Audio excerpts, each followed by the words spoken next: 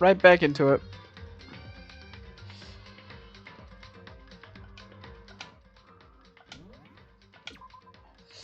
Right back into the Danganronpa.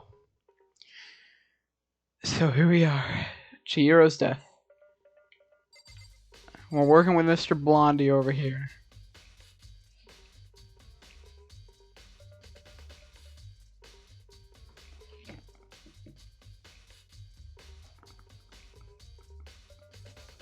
Okay.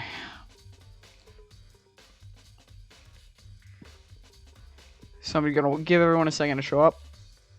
And then we'll get started on the investigation.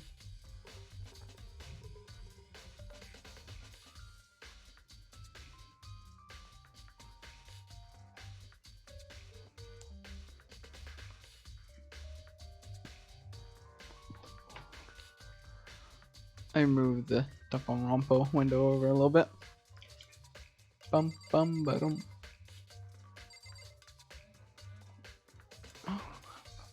Ba-dum.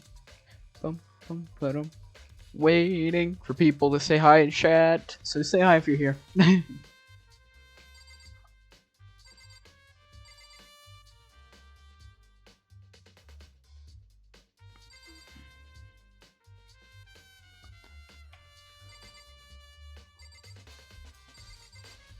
Mr. Blondie over here.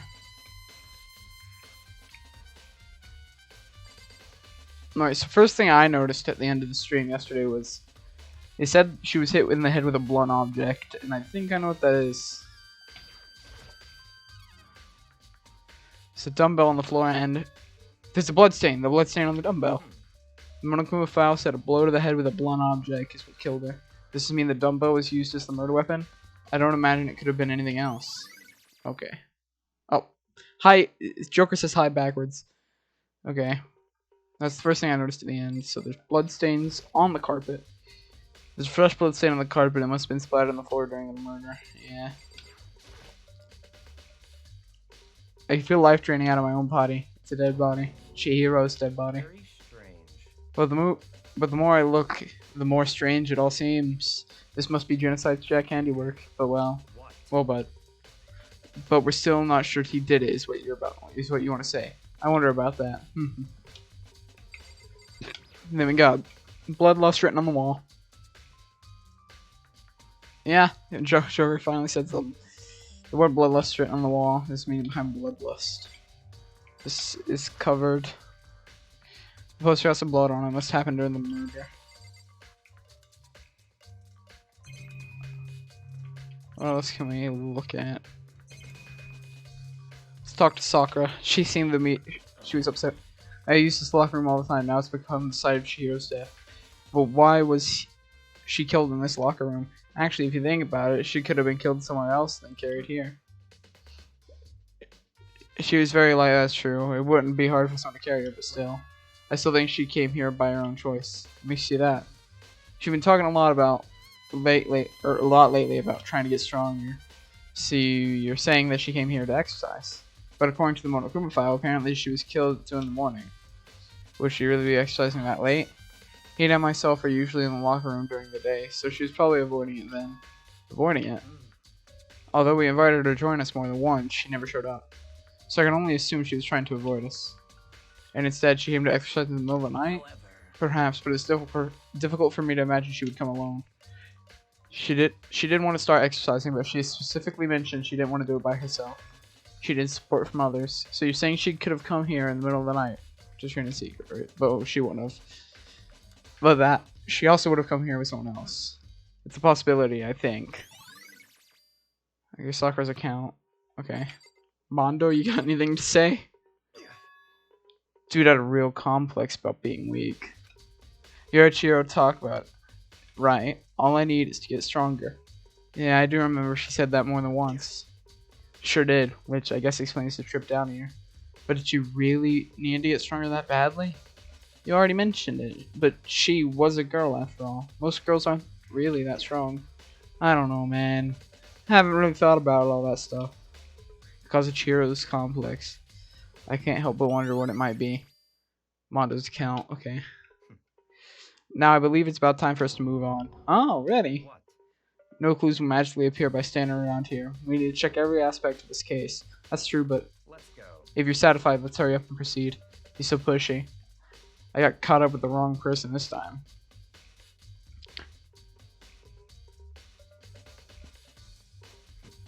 So this is our next location.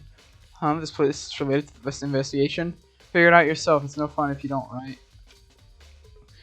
I'm gonna assume it has to be a girl. Because, again, if a boy went through here, biggity bang, bang, bang, boom, bang, boom, bang. So. Maybe this gun was used to. No, impossible. Our church are riddled with holes. Well, yeah. Anything about the door? You already spent plenty of time checking out the crime scene. Okay, well, sorry, I was trying to investigate the door. If I remember right, this card reader is meant to work with our handbooks, right? What? Do you have an issue with it? If so, you should take it up with Monokuma. No, he said it. He said that quickly and then sharply clapped his hands together. Did you call for me? No, we didn't. Go away, you freaking horny bear. Has he been? What? That's right. It seems that Makoto has a question for you. Sure, what's up? Well, it's about this card reader. Yes, the card reader was all decided to interface with E3 handbooks. You can only enter the locker room with corresponding to your gender listed in your individual handbook. Is it possible for 2 people in a row to go through while the door is unlocked, right? If there were some sort of erotic terrorist involved. The seal mounting Gatling gun would deteriorate a cheese slaughter. And the school regulations prohibit anyone from lending someone else's handbook, correct? Of course. Correctly correct. So then, that means only girls can go into the girls' locker room, and only boys can go into the boys' locker room. In other words, Shihiro's body being found in the girls' locker room means, hey Makoto, I can see right through you. See right through me. Allow me to tell you what you're thinking. Since Chihiro was found in the girls' locker room, the killer must have been able to get in there. So, in other words, As such, the killer must be one of the girls. Did I get that correct? Good lord, you're simple. But am I wrong? You should pay close attention to the regulations. The answer has been in front of you this entire time. Loaning your e-handbook to another student is strictly prohibited. Only in the act of loading e-handbooks, borrowing someone else's, it's totally fine. I would expect nothing else from... So you managed to sniff out a loophole in the regulations. Knowing you, I bet you created it on purpose, didn't you? To add a little bit more excitement. Oh, you're treating me like a puny little appetizer instead of a main course that I am. Dude, I would so eat Monokuma. I'm kidding. Now then, since the dead can actually talk, they're not people anymore, they're things. Got it? Got it? Good. Wait, hold on, you're saying there's a loophole, but in order to borrow something from someone, that means you must have to loan it, so sleepy. Just listening to you makes me want to pass out. Be more like Mr. Blonde Boy and get your poop together. Or else I'll charge you with the criminal... Oh, no more questions, figure out the rest of the damn thing yourself. Okay. that's fine. Well, I know you're unfortunately lacking a mental fit. Dude. Let's head to the main hall. The main hall. But I hope you understand what's going on. Okay. We came to the main hall. So, what are we looking for here? Does it mean I have to figure it out for myself?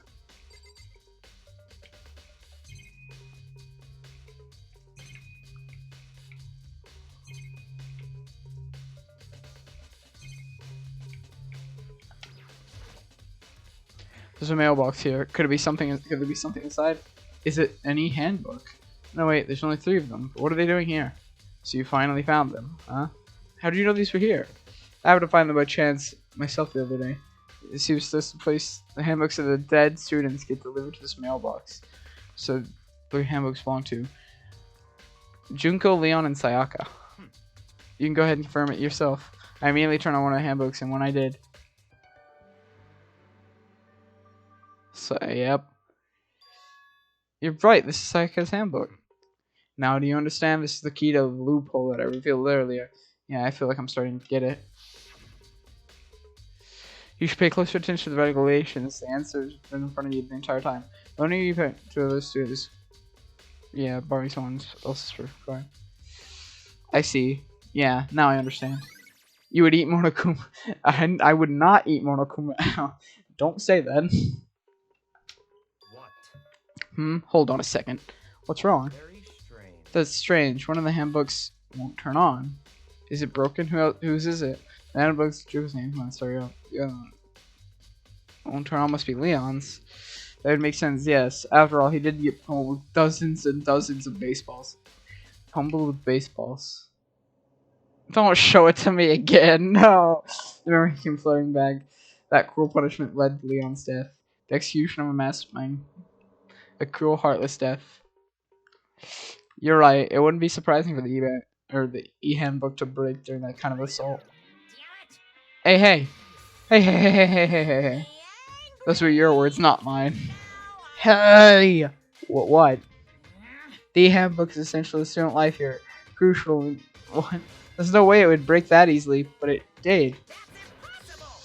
If I say it wouldn't break, it wouldn't freaking break. It can withstand up to 10 tons of pressure. It's waterproof up to 100 meters, okay? I don't care how many baseballs you hit it with, it wouldn't do crap. Oh, but even my amazing handbook does have one slight weak point. It does? But it's a secret. I won't want you breaking any more handbooks. Then Leon must have broken it somehow without realizing what its weakness was, right? Hard to say.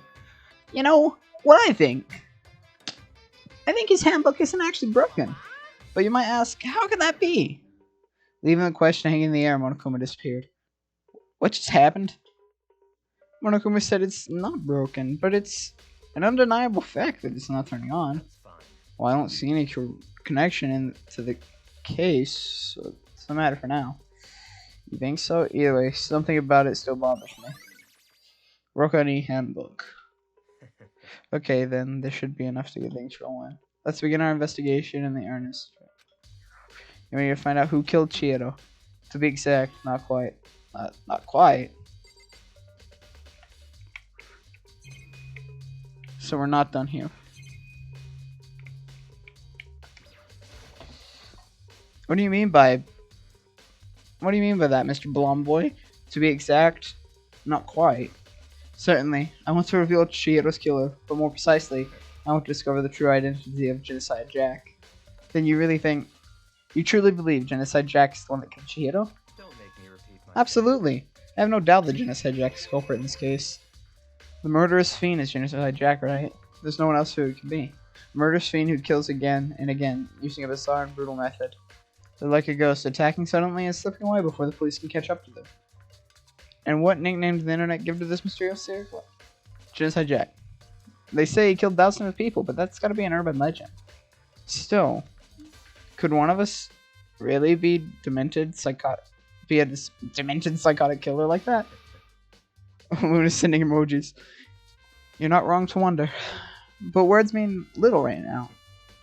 I have something that'll prove it, and I can show you.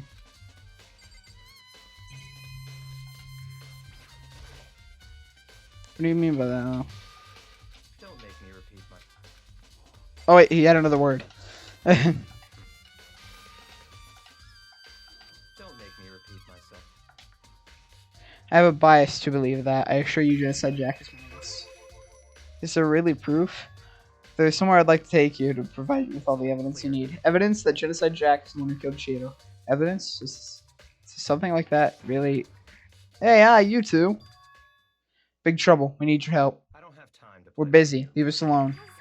But it's emergency. Emergency. Come on, please. You gotta help me. What? This is a serious emergency. Please, please. You gotta help me. Just calm down, okay, Hina? Okay, but it's an emergency. An emergency? What happened? Something wrong with Toko. She's acting super strange. Well, I mean, she was acting pretty strange earlier, right? What should we do? Very strange. Since it's Toko, I must admit I'm intrigued. I suppose we could take a second to see what's going on with her. Are you sure? Don't make me repeat myself. I didn't expect that. I thought for sure he'd just say no. That'd be the end of it. Okay, come on, hurry. So he's the same as me. He thinks Toko's Genocide Jack. Let's go. Looks like she's heading to the dorms. Let's go to Toko's room. You're right.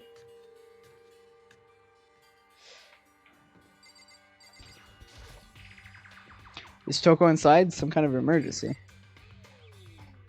Ring the doorbell? Took aside some kind of emergency. What? What is it? You guys are too slow.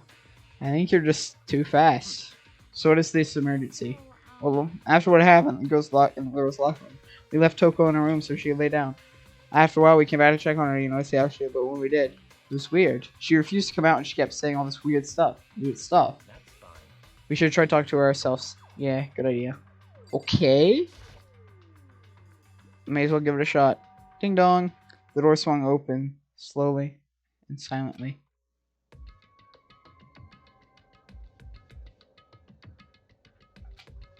Oh, holy crap! An aura of negativity flowed out from behind the door, forcing a gasp out at me. What? Oh, nothing. It's just that Hina was really worried about you, holding yourself up in your room. Yep. Leave me alone. Yeah, sure thing. But could you open up just for a second? Won't allow it. Why does it keep auto advancing? Huh? Won't let Genocide Jack have control. And just like that, she slammed the door back. Oh my god, she's bipolar. What was that? She's been acting like that the whole time. When I rang a little while ago. I'll drive out the killer. Drive out the murderous fiend. Doesn't make any sense, right? I was afraid to leave her alone, so I tried to bust down her door. But it felt like something was holding it shut on the other side. It wouldn't even budge.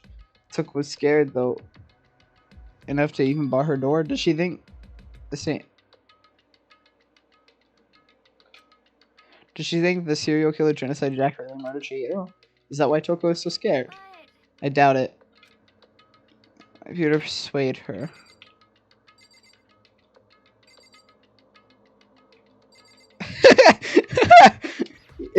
Try it. You think you could ask her to come out of her room, I mean? That's fine. Sure, whatever. Huh? You're gonna talk to her? Well, I guess you can be really nice when you want to. He stood in front of her door, not making a sound, and pressed the doorbell. Ding dong. I have a few moments. What do you want?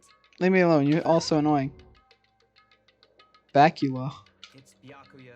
It's Byakuya. I'm sorry I couldn't keep our promise.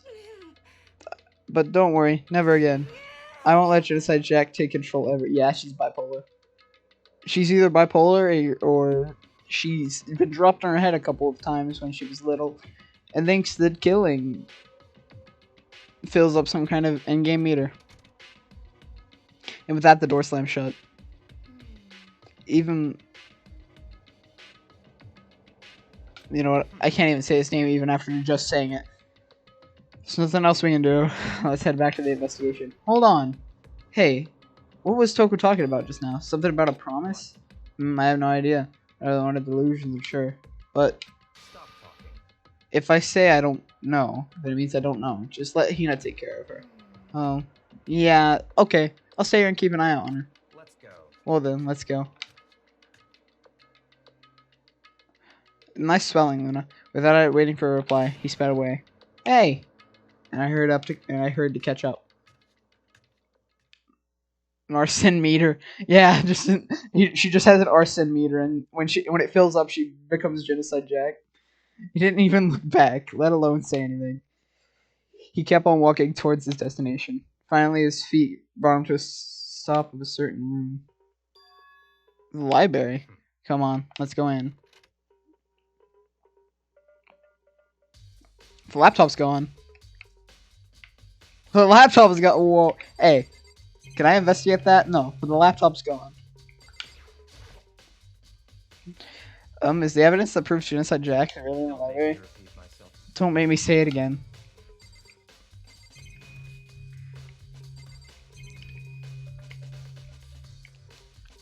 Okay, the laptop's gone. There's no clues there. We need to check elsewhere. Fine, Jesus. Knock it off. Wait. This point in checking there, we need to find the letter. You want me to check the letter again? I'm like, dude, piss off. No clues there. I need to check elsewhere. Thanks for the money.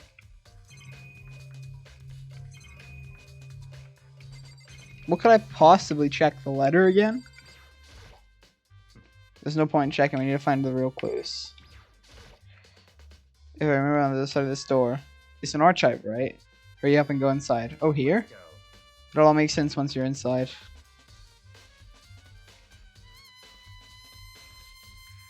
Whoa, there's so many books and files. And so much dust, too. In other words, I would say there's enough value in the place to endure the dust. Another lamp. This shelf's the type of files without I picked one random. Oh yeah, a sharp eye indeed to select that file. Huh? that's right. That's a report on the presidential assassination. The original is kept in the National Library and won't be declassified for another 30 years. Are you sure you want to look at it now? There's no telling who those crosshairs you might wind up peeking at. Without making a sound, I return the file to the shelf. Okay. There's so many files stuffed in one. These things. Documents are dangerous. Dangerous? They detail all the people who control the world from behind the scenes. Dangerous truth for a commoner. You mean like members of the Diet or something? No, I mean the ones with real power. The secret council controlling everything from the shadows. If you're ready to be disappeared for it, take a look. There are very interesting people in there. You're just kidding, right? Am I? I'll just let it go for now. So I should ignore the files. I guess I'll look at this. There's a wooden box. It's empty. Although judging the smudges and dust, looks like there was something inside. Wonder what it was. There's an extension cord plugged in there. Plugged in there. It proved very useful while I was in the library. An extension cord, huh? I'm assuming it's the one for the lamp. Here's another lamp. It's a desk lamp. Oh, yeah, it's the one I saw back used in the library before. What? Do you have a problem with that lamp? It was here before, so I moved it over there. It's too dark over there, so I thought I'd just put it to use.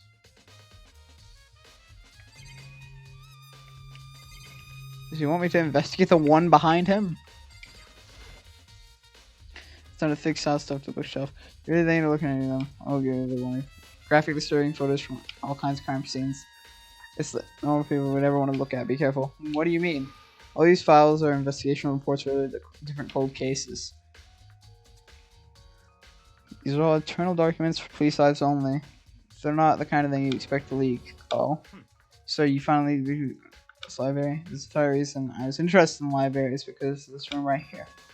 This room, classified government documents, police records, no ordinary person would ever see. Isn't it magnificent? This can't be for real, right? Such ignorance. That's your guys' problem. Anything that doesn't fit with your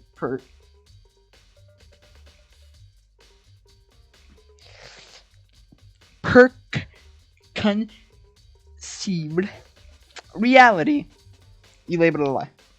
Well, it's not that. It's not like I totally refuse to believe it, but I mean, there's just so much. How could anyone else put this all together? I suppose it goes to show how much power Hope Speak Academy truly wields. Or perhaps the mastermind may have wanted to provide us with enough entertainment to keep us from getting bored. It's no use. I can't keep up with all this. It's just too unreal. What's wrong with you? You still can't believe it? What about you?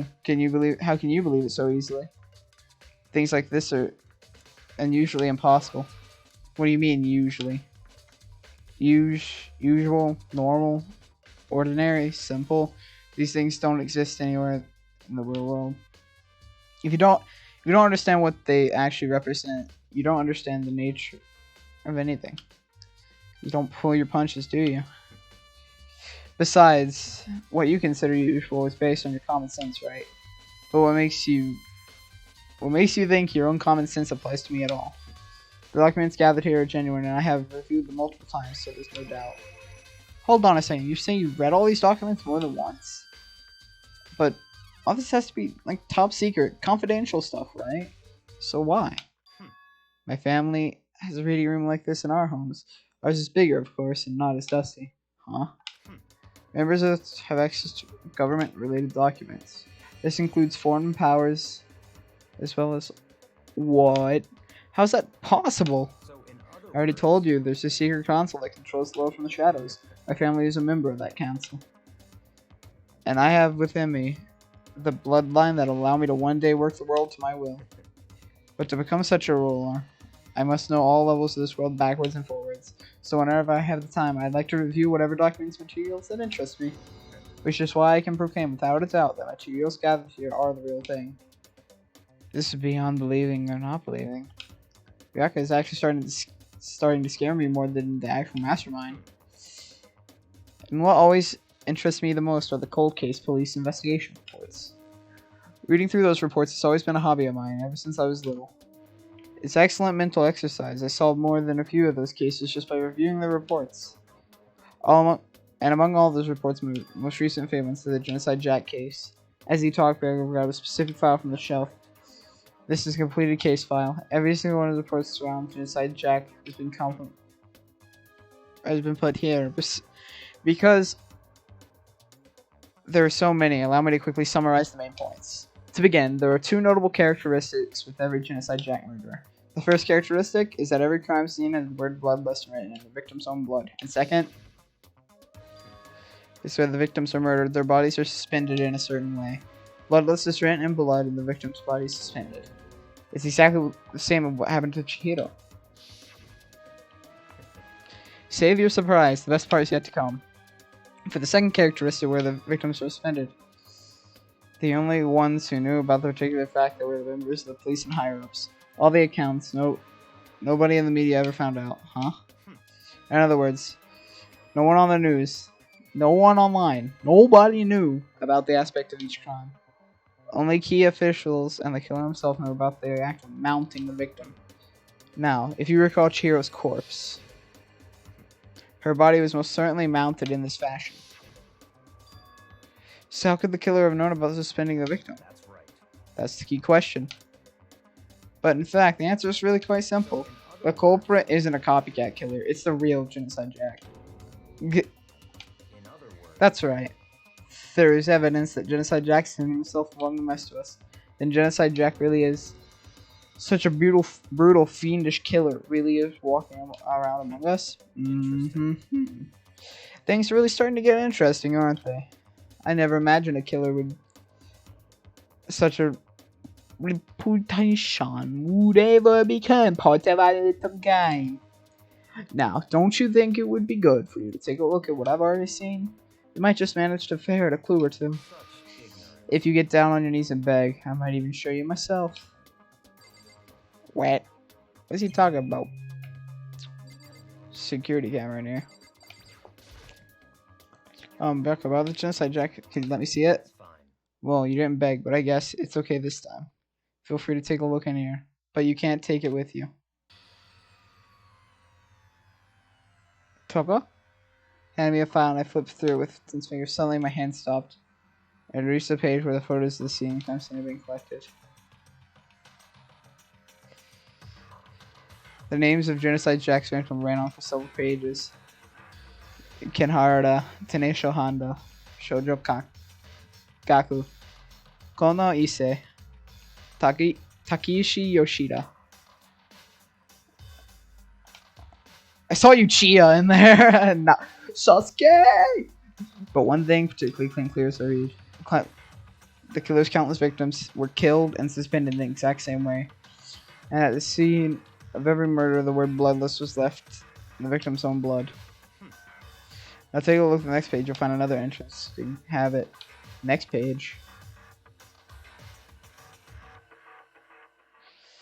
Fulfilling results. As all the crimes took place, either on weekdays or at night, and during holidays, either day or night. The most common time for the killings took place on holidays in the afternoon. Based on these facts, it can suggest that the suspect may be a student. Evidence suggests that this suspect lingered at the scene, but when they did leave, they were in a panic. Because an eyewitness has never come forward, it's unlikely that there is any external reason for this. The confused behavior suggests the suspect may be identity disorder. Bipolar. So in other words, The key point here is that the culprit may well have a split personality.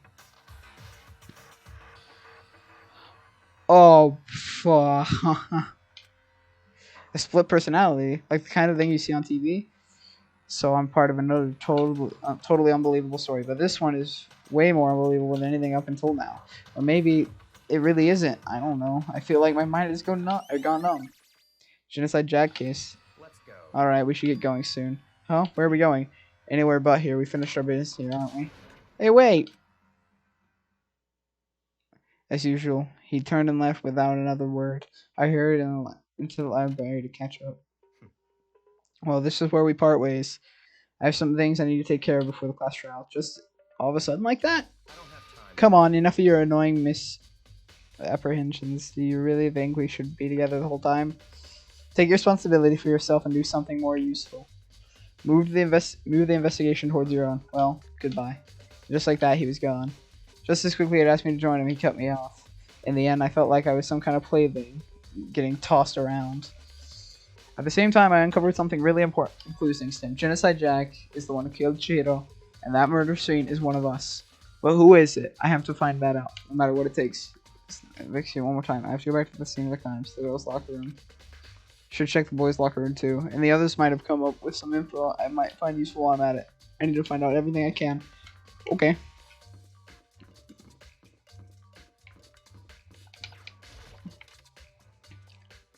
Alright, let's check the girls' locker room again. Oh, hi, Afumi. Ding, ding, ding! Afumi has discovered evidence revealing the identity of the killer. Another stat increased for me. Evidence. What did you find? Cannot reveal that just yet. But I guarantee that what I found was still the killer's breath from his lungs. Are you sure about that? Oh yes, Miss Sternberg said that she witnessed something worthwhile too. What did she see? She refused to tell me. But it's like the girl bullies the boy she likes, right? Okay, so where is Celeste now? Well, I was by the dorm. She was there, but at the same time, not there. What's it gonna be? Okay, let's check in here first, and then we'll go check out Celeste. Okay, we're back in here. The only person we haven't talked to in here is you. Hey, Kyoko, have you made any progress on your investigation? Genuinely speaking. But I have to get going. I have something unrelated to take care of. Something besides of the investigation. What is it? Nothing you need to worry about. Just concentrate on the murder. But before I go, I'd like to give you a piece of advice. You should. Oh. Also, our handbook's missing. You might want to determine its whereabouts. That'll be all.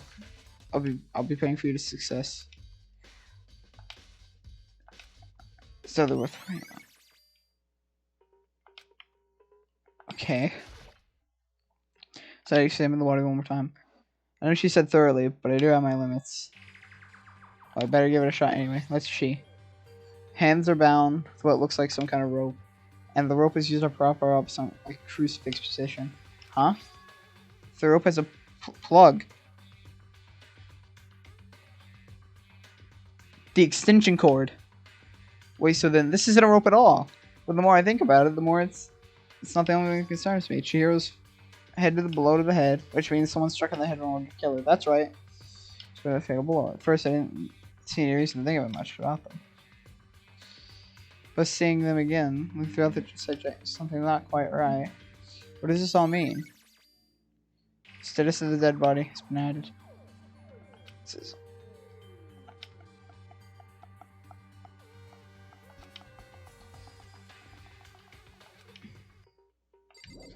Alright, back to the library.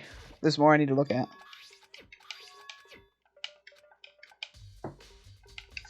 I know!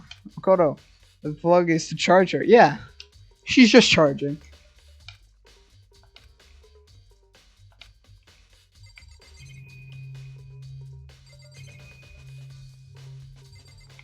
Alright, let me look at Bloodlust one more time. Bloodlust written on the wall. Victim's own blood. That doesn't really matter. And then we'll look at this. There's a big blood stain on the dumbbell on the floor. Makoto said it was created. The dumbbell was used to be the murder weapon. There's still more I need to check. Fine, Jesus. Makoto. Bloodstain post for the blood. The big reservoir model is pretty noticeable too. The little locker room doesn't seem the kind of place you'd find stuff like this. Leave the girl. Okay, now I can leave. So that's important.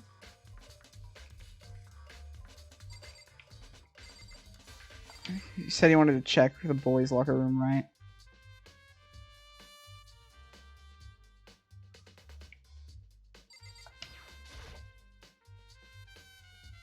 Huh? This poster. It's about a boy band called Tornado. Somehow it doesn't fit the boys' locker room. Oh, but wait, that reminds me. The poster in the girls' locker room is... Yeah, there's something strange about this. The boys' locker room is a poster of a popular boy band. Another is a poster of the swimsuit model. Yeah, the certain posters have been switched. But if they were, what reason would they have to be switched? Maybe I should talk to the person who knows a little bit more about the locker rooms. The murder took place in here, didn't it? There's a strange stain on the carpet. What is it? Is there anything else? Anything else? Anything. Anything at all? I don't think so. Yeah, no, there's nothing.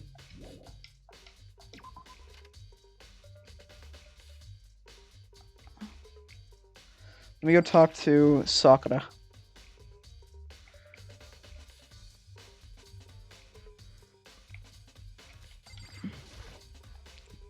Spent a lot of time exercising in the girls' locker room, right?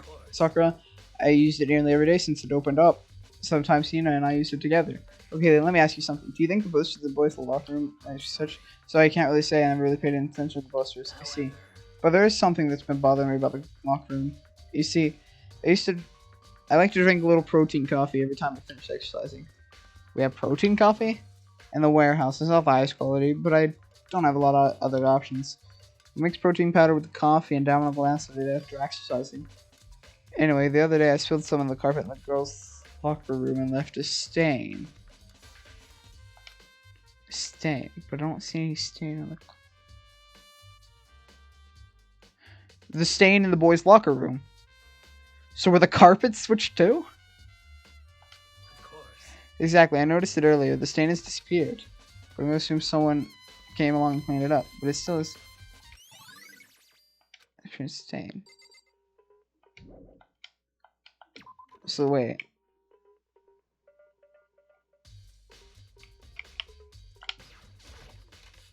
Is it scary how right I am? I'm sorry. Okay, so this is your protein coffee stain. Those stains can stay on the carpet. What is it? Well, we know what it is now, but let's go talk to Aoi. Where is Howie? Aoi.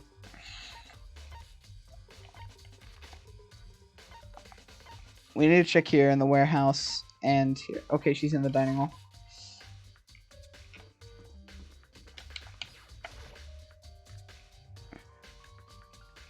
Alright, Aoi. Explain. Oh, hey, how's Toko doing? Same as before. She won't come out. She just keeps mumbling on something about Genocide Jack, so I left her there. I know, I'm about to go talk to Celeste. You left her. My head was all swimming, and I was getting pretty hungry. But don't worry, I'm gonna head back as soon as I'm done eating. Toko's not exactly pleasant, but I'm still worried about her. Speaking of which, what are you eating? A donut, of course. Of course. There's two things I'm sure God created. Outer space and donuts. Really? I bet Chihiro would have liked to eat more donuts. Maybe that's one of her big regrets. I should have tried to spend more time with her. Come to think of it, who did she spend time with? It's a little bit strange. Didn't she really hang out? She didn't really hang out with the girls. Keep her distance from us. Actually, Sakura said something similar. She said that even you and her invited Chihiro to exercise with you. She always refused. Totally. Yep, it's true. And it wasn't just us either. It was like she stayed away from all the girls. Was she really just shy? I don't know. She talked to the boys all the time. Is it kind of weird to be shy around your own sex and totally fine with your opposite sex? Maybe she was used to guys spoiling her. The law says you can't judge a book by its cover, right? You think so? Never saw her as that kind of girl. I always account. Alright, off to Celeste.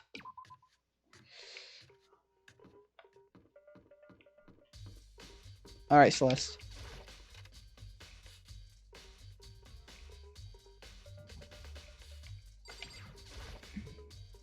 Celeste, what are you doing here? The warehouse is amazing. It has absolutely everything one might need to live a full life. From food to clothes to towels, there's no supply to choose from. I see that, but have you found anything related to the case? I knew you were going to ask me that.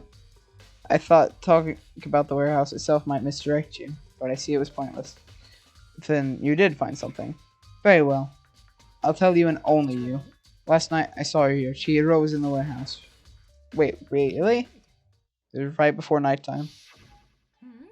Huh? What are you doing out this late? I was just... Are you planning to go exercise, perhaps? What? How did you know? Because I can see a blue track jacket sticking out of that duffel bag you're carrying.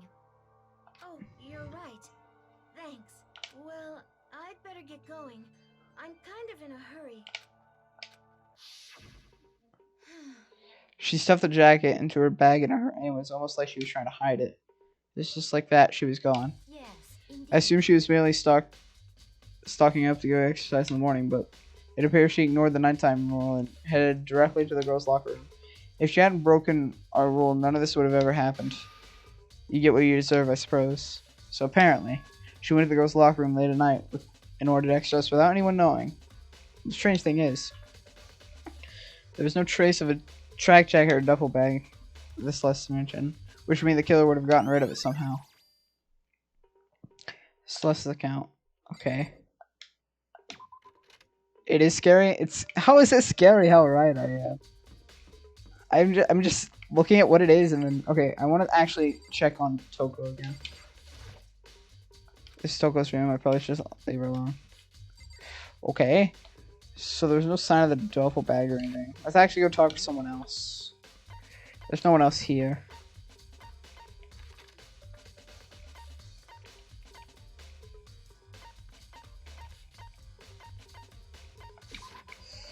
Let's go talk to... Hey, hi Pear. What's up? Alright, let's talk to you real fast. Maybe we should have confessed our embarrassing secrets after all. Dang it, I'm so sorry, Serial. It's all because I wasn't strong enough. Oh, dude, don't beat yourself up. Ellie. Yeah, Joker, helicopter.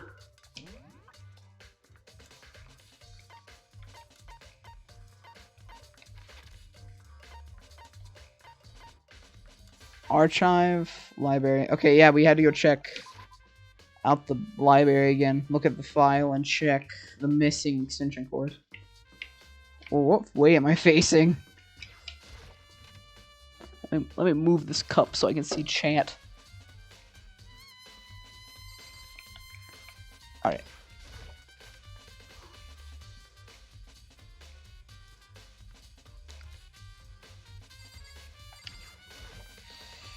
The wooden box is empty. Extension cord was there before. Yeah. And we know about that. I want to take another look at Genocide's... I know it's around here somewhere. Huh? It's gone. Did someone take it out of the archive? I only wanted to do something like that. Can't think of anyone but him. Yeah, can I check the freaking update app? Update your app to see this message.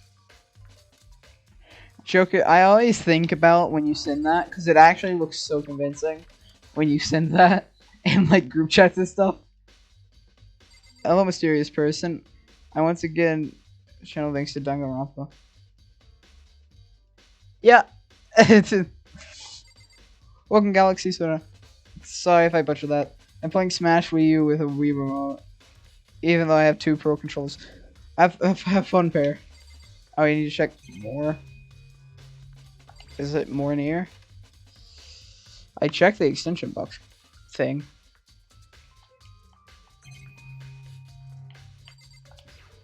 The lamp, desk lamp. Grab one thing over and put it over here. Start over there. What? The wooden box is empty. Extension cord was here before. Yeah. You want to check the other ones too? I support resident assassination, but it means I give it target. Nope, I'll leave it where it is. Check Toko or whatever it is. Oh, I can't. It won't let me leave the library. Genocide Jack's gone. He took it.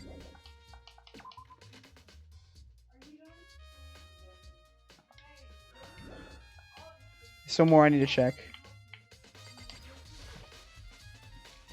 Think later does some kind of clue here. Guess not. The extension cord's missing. He had this lamp plugged in, didn't he? No. Nugget. No. Shut up. The lamp. Also, the laptop's missing. I still can't get over the laptop's missing. The shelf's packed. I'm not trying to look at the shelf in the photo.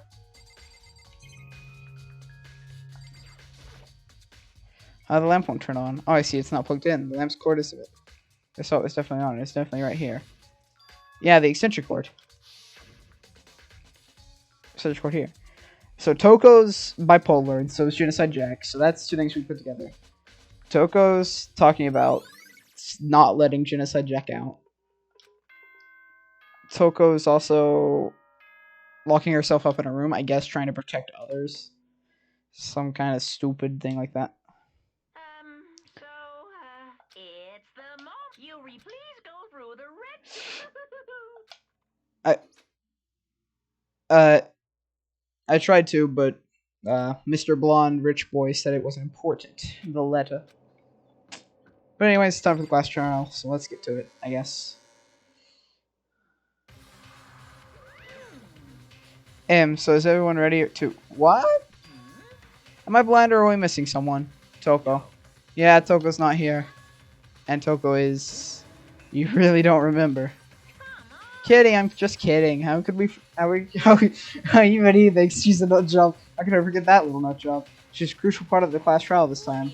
Okie dokie, I'll go ahead and drag her out here, kicking and screaming. Just one moment, please.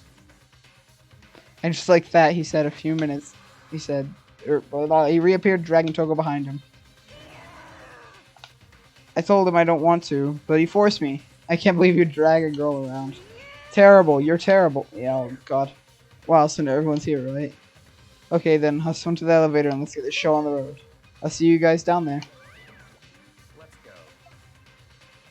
go. Shall we get going? It's time to find out who killed Chihiro. Chihiro Fujisaki. She was so gentle, so calm and meek. Nobody had any problems with her. So I made the choice to kill a girl like that. And that murderer is one of us.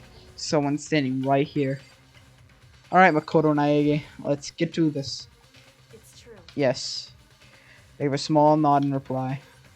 With one last deep breath, I walked towards the elevator, walked toward the elevator on shaky legs. With each step forward, I could feel my heart start to race faster and faster. As soon as everyone was on, the elevator began to descend. I couldn't get a handle on my emotions. I couldn't stop speculating. Steel box sank in the yeah. A deeper So finally, yep, pretty much the same thing as last time. It came to a sudden stop. What do you think? What do you think I redecorated it so fresh and exciting? Don't waste our time with stupid questions. Let's get this over with. Good. You're raring to go. I gotta say, I don't hate it. Not at all. Okay then, let's get the show on the road. Okay, Monokuma. Everyone, please find your assigned seats.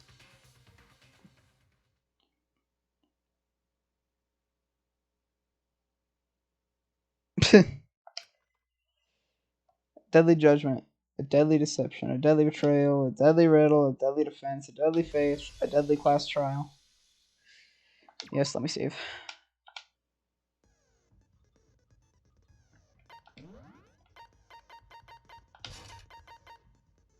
Did I unlock another one? Algorithm. Increase the speed of memorizing a statement, effective during non-stop debate.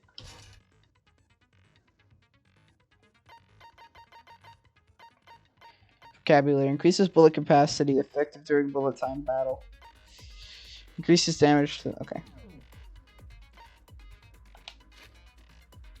Okay, let's go over it one more time. Let's go over what we have one more time before we start the case. So we'll start at the top and go down. Monokuma File 2 says that she was hung, bloodlust was written on the wall, and she was beaten in the head. Sakura's account, Sakura was like, Shiro didn't want to go with us, blah blah blah blah blah blah. The dumbbell was used as the murder weapon. Mondo was confused about her trying to get stronger. To unlock the locker room, you had to have a girl ebook, but we know everything was switched, so I don't know. The handbooks, the broken handbooks, the Genocide Jack murder file says that Genocide Jack was bipolar, which we can combine with Toko.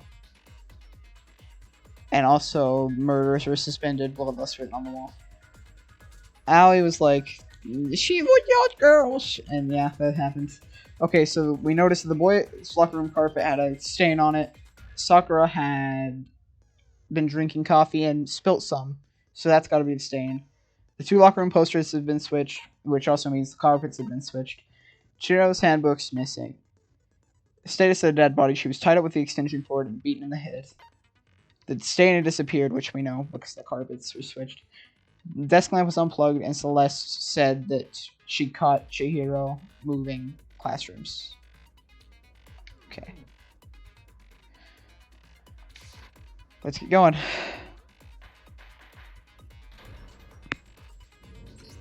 Alright, let me sit up straight. The basic explanation of the class trial. So, your Ow. votes will determine the results. That's the crap stain on the carpet. Okay, Joker 2. Okay. Is Auto Advance still on? Because I don't want to skip over something. If you can figure out who, then I'll punish everyone. Yeah, I already know all this, Monokuma. Hey, let's talk about The murder weapon! First, you have to make it clear what was used to deliver the fatal blow. Straight into it, huh? Make your argument. Locker room dumbbell. Chihiro's fatal injury. It appears it was a head wound. Head wound. According to the Monokuma file, the killer used a blunt instrument. But what kind of blunt instrument could it have been? Oh, wait. I'm stupid. I have to look for something that's wrong. It's been a minute. Chihiro's fatal injury. It appears it was a... According to the Monokuma file, what kind of blunt... I bet it was an iron pipe. No, that's wrong. No, that's wrong! Can we agree that the object that dealt the fatal blow was the dumbbell found at the scene of the crime? Found at the scene of the crime. It was covered in blood, and there was nothing else at the scene that could have caused that kind of injury. Let me turn up the game audio, actually, because I know it's pretty low. Just a little bit. It's a little low for me. Not for you guys. It's probably way too loud for you guys. So if I need to turn it down, for you guys, I can. It's covered in blood, nothing else, yeah. The wound on the victim's head is consistent with the shape of the dumbbell. As far as I'm concerned, there's no mistake and no room for doubt on this one. You looked at her head wound? Yay! That's so creepy. Ugh, If you don't, she's unfazed. I will proceed from here. Let's move on to discussion of the culprit. Although, I believe the criminal behind this heinous act is already quite clear. What? For real? Chihiro's killer is Genocide Jack. fiendish serial killer, Genocide Jack. Can I say Fumi is literally 1, 2, 3? Yeah. Genocide Jack, fiendish serial killer. Did he really kill Chihiro? A new element has been added to the non-stop debates. Would you like to hear more? Yes, because there's already so many mechanics to this freaking game. For this debate, you need to line up lines of white noise to appear to disrupt your reactions. Your truth bullets will disappear if they hit these lines. So think of them as obstacles in your debate. But there's only one way to keep the white noise from getting away. Press the A button to attach a silencer, which you can use to shoot down the white noise. However, if you shoot an actual remark with your silencer instead of the white noise, the time limit will decrease, so be careful when you take aim. Oh, but your action difficulty is set to gentle. White noise won't appear at all. But, oh wait, mine's not set to gentle, mine's set to the middle, the like normal mode of this game. I don't know. In which case, you can forget about your silencer and focus on the situation in front of you. Well then, good luck, have fun. Alright. Make your argument. Genocide Jack case file. The culprit is Genocide Jack. I'm sure. Case closed, as far as I'm concerned. But that's impossible! Why? What makes it impossible? Well, I mean, come on! There's just no proof for it. Epic. No, that's wrong. I love that line. I might know one reason he could be involved. What? I found this file while I was looking around the archive in the library. I guess it's some kind of confidential file the police put together about the Genocide Jack case. What? That's kind of weird as shit, isn't it? What was something like that doing in the library? The why of it is probably more trouble than it's worth. So let's forget about that for now. More importantly, it outlines all the specifics of every genocide Yep. case in exceeding detail. According to the file, there appear to be 2 defining characteristics in every Genocide Jack case. The first is that a bloody message is found written at the scene of every murder. Every murder. Bloodlust. Boob lust. No. Boob lust. But more important is the other characteristic, and it's something that has never been made public. Never made public? What the hell is it? Why don't you tell them, Makoto? That's like 2 seconds ago. I got it! I got it! Apparently, in every Genocide Jack case, the killer suspends the body in a certain way. Other than the killer, the only people who know about this are the higher-ups in the police department. However, Chihiro was most definitely suspended in the same way. Yep. So, how did the culprit know about this when only high-level police officials were aware of it? There's only one logical answer I can think of. It's because the culprit in this case is the real Genocide The Jack. real Genocide Jack. No fucking way. You're saying Genocide Jack is one of us? Yes. In fact, it's Toko. What? Genocide Jack's true identity. Yeah, I see. Just straight to it. What? Hey, okay, wait, hold on a sec. Toko has like blodophobia or whatever, remember? Is Toko Genocide Jack? The answer is yes and no. Another riddle. Man, why is this gotta be so complicated? It was a riddle for sure, but I feel like I understand. It said Jack, but also not be Toko. The answer is she's not one person, but multiple people, right? Yep.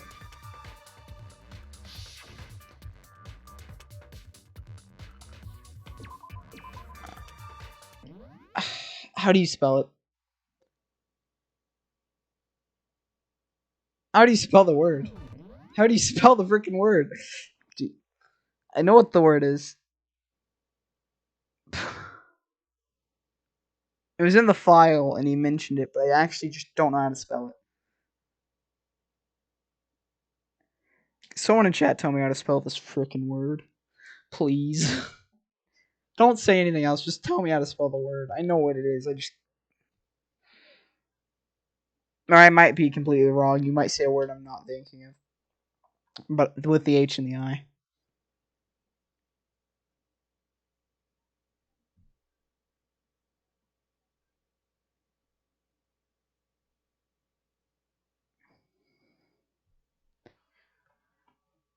What word? I have to spell out a word here. It's the word. I think it's the word for bipolar. Like, but the actual like. Wait, no, it's not because it's way too short to be like the 3-word thing. But what is it? What is it? What is it? What is it?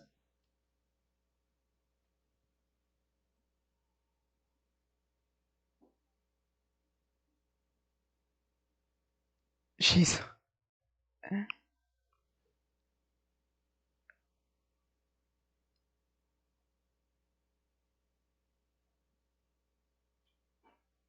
Oh wait. Do they? C.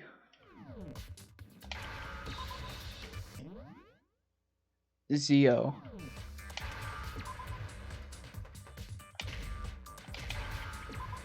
Is that it? Now I understand. Oh, okay. Is it because Genocide Jack has a split personality? Huh?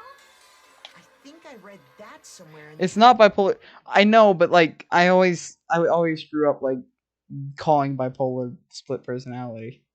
It's just I don't know. Maybe I was mistaught. Maybe I'm just actually stupid. That could also be it. They thought that the suspect might have, what did they call it? Dissociative identity disorder. Oh, okay. But still, to and say that about Miss Fukawa. Perfectly acceptable. Perfectly acceptable. Toko's strange behavior after seeing... Don't bully me for it either, please. I'll cry. Put personality to do with behavior. Her behavior changed. You're talking about how she started acting Did. totally different than usual, right? That's right. Think back. She fainted when she saw Chihiro's corpse, and then, when she woke up... I'm fine. Whoa, is that a dead body? Are you dead? Yeah. She must have hit it real hard when she fainted. The world is a front and back, top ending, and bottom to see the truth of bubble lies. This is quite concerning. I mean, she sounds completely different. She was acting funny, that's for sure. That melancholy tone of hers completely disappeared. Don't go assigning adjectives to my... In your English class, part 1. What grade, Pear? Because we're in the same grade. Don't go assigning adjectives without permission. Once she regained consciousness and saw Chihiro's body again, she was utterly calm. In other words, within her is one personality that can't handle blood, and one that obviously can. So when Toko trapped herself in her room, it's because she was scared of Genocide Jack? I won't let him come out again, is whatever she said. Or yeah, I won't let him have control. I'll drive out together. You're on your murderous fiend. The reason she locked herself in her room wasn't to keep other people from getting in. It was to keep her other personality from getting out. What? Toko was afraid. Afraid of the murderous fiend inside of her. Of killing even more people. I'm worried because I'm passionate to say that my teacher was scared of me. Well, Joker 2 is scared of me because I'm pretty good at guessing stuff about this game. For my first time playing it, I've guessed a lot of stuff. I guessed Sayaka dying, and then I also guessed that Toko was gonna be a murderer. like right at the start of the game, I was like, Togo's Genocide Jack. How? Yeah. How can you know all this? I do believe you misunderstood her. What she's trying to say isn't, how can you know all this? No. What she wants to know is, how could you tell them? Huh? Last night, just before Monokuma gave his motive speech, Toko and I had a strange conversation. She told me a most interesting story. She said a murderous fiend lived within her, and she was afraid it could appear and attack at any time. And that trepidation is what's caused her to have such a bleak attitude. Isn't that right, Toko? This is all a lie. Right, Toko? You said you wouldn't tell anyone. What? You promised. Can't believe you lied. You lied. You have only yourself to blame. You came to me with your tragic little story. No, I gotcha. didn't ask you to. This is the real world, not some romantic fantasy fairy tale. Apparently I had a passage on did. Besides, you broke your promise first. You said that as long as you were here, no matter what, you wouldn't let Genocide Jack kill anyone. But in spite of that promise, It happened anyway. I'm sorry I couldn't keep our promise. Is it really as simple as that, though? Or just let Jack have control over again? You said if I kept my promise, you would go out with me. Oh. That's the only reason I promised. how many times do I have to tell you? I never said that, but you weren't able to do it. You just couldn't resist that rush you got from killing, could you? I tried. I swear I tried to control it. But your efforts were useless. What a disappointment. I hate you. God. Well, the opening act is nearly finished. All that's left is to hear from the person in question directly. The person you don't mean. So his body certainly lunged backwards. So close faster, but the next second. Does she stand back up as Genocide Jack? Oh yeah, oh look at that. Hello there. Is it me you were hoping to see? Genocide Jill. What the heck? So you figured it out, huh? Well, whatever. What are you gonna do? I'm the ultimate murderous fiend, Genocide Jack! Or better yet, let's go with Genocide Jill! What the fuck is this? That's what I'm saying. What happened to you? Not Toko. That's a loser name. And what happened is a textbook split personality. So what if one of them happens to be a serious... Bipolar disorder is actually totally different. It's a condition causing extreme swings of emotional highs, such as following your major or depressive episode. Gotcha. Well, actually, thanks for letting me know, because I feel like I've heard, like, someone's told me that bipolar and did were like totally different things, and I probably was just like, yeah, that's cool. I'll never have to use that in any video game I'll ever play. And then, wow, thanks, Danganronpa. So what happens is one of them actually serial killer. You turn the blind eye to our faults. God. Intense. Like they say, sound in murderous mind, sound in murderous body. This one is so different from the one we've come to know. Yes, well, the world is composed of a front and a back, you know. Just like how every inning has a top and a bottom, or how in the depths of every truth lives a little lie. Behind every dark and gloomy soul lives another that shines as bright as the sun! This is the murderous fiend Genocide Jack. This is beyond insane. Miss Jack, Jill, can I ask you a question? What's up? Some of us think you might be the mastermind behind our entire situation. What are your thoughts on that? Well, I'll tell you. I am the mastermind of all masterminds! Okay then. Just kidding! Then it's not true. Of course it's not true.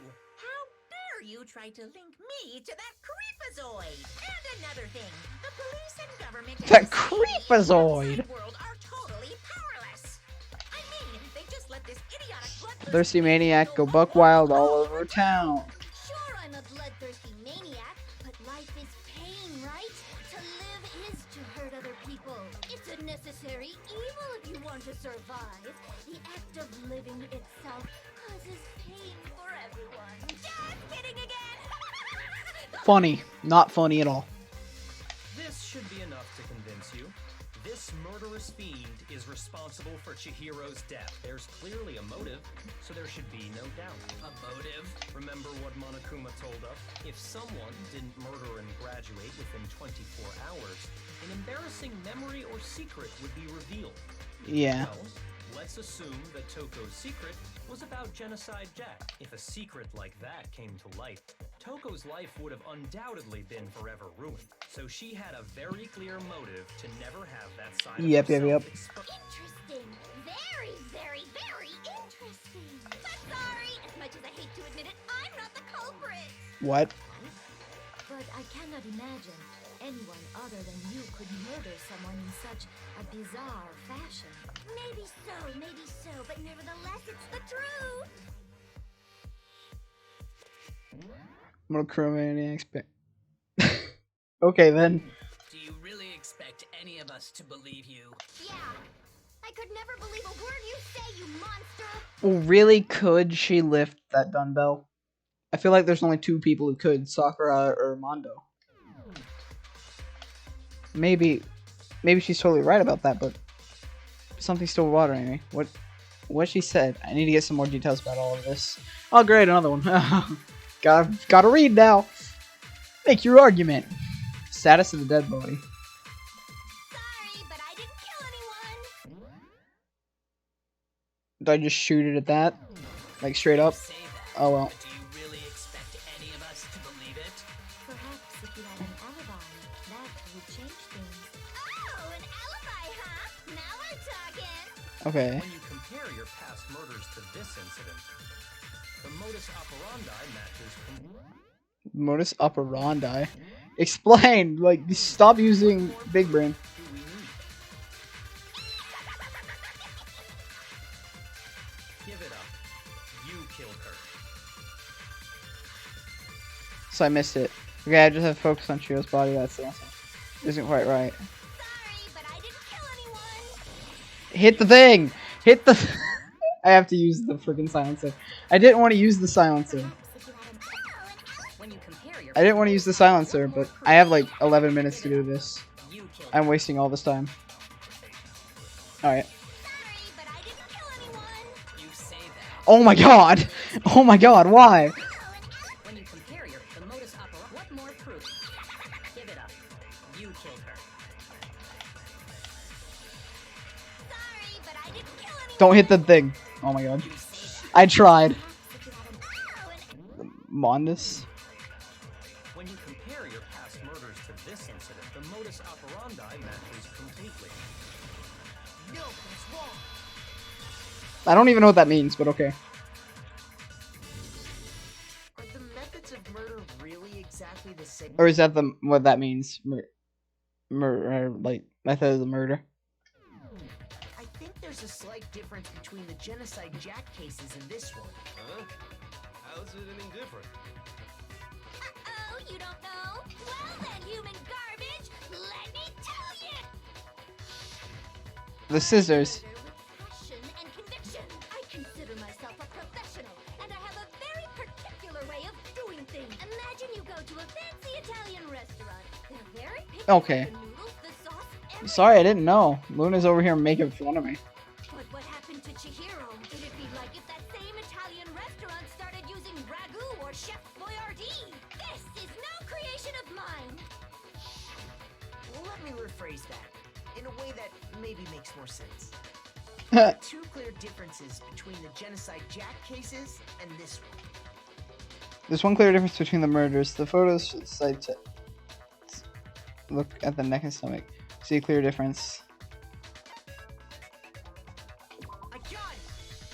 Well, I noticed the scissors like the first time. I was thinking to myself, scissors? In the Genocide Jack murders, all the victims were killed the same way. According to the case file, they were all apparently killed with a pair of scissors. But Chihiro died from a blow to the head, right? Ah, yes. That is remarkably different from the other murders. Wouldn't it be strange for someone who kills the same way without fail to suddenly change their method? And there's more. One more conflicting detail. That's right.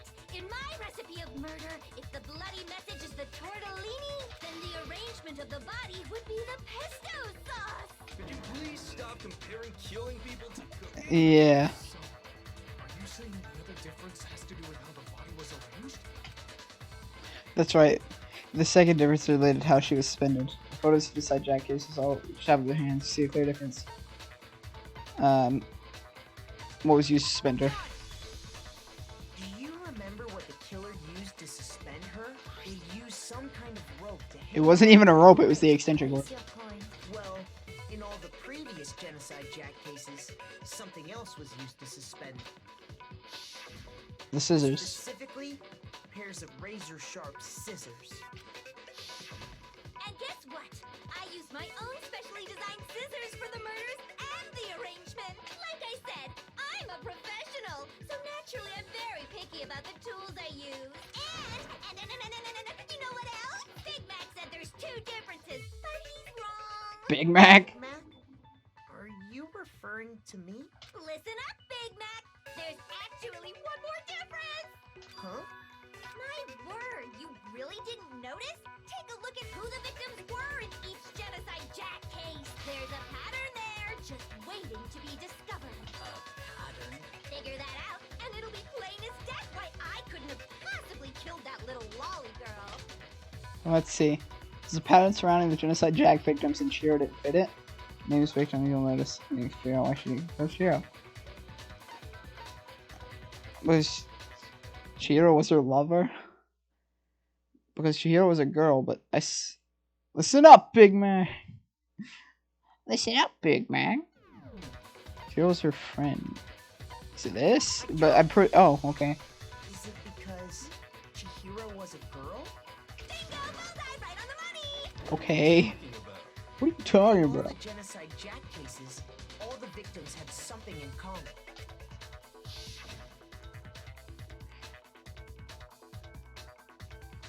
Oh. They are all men.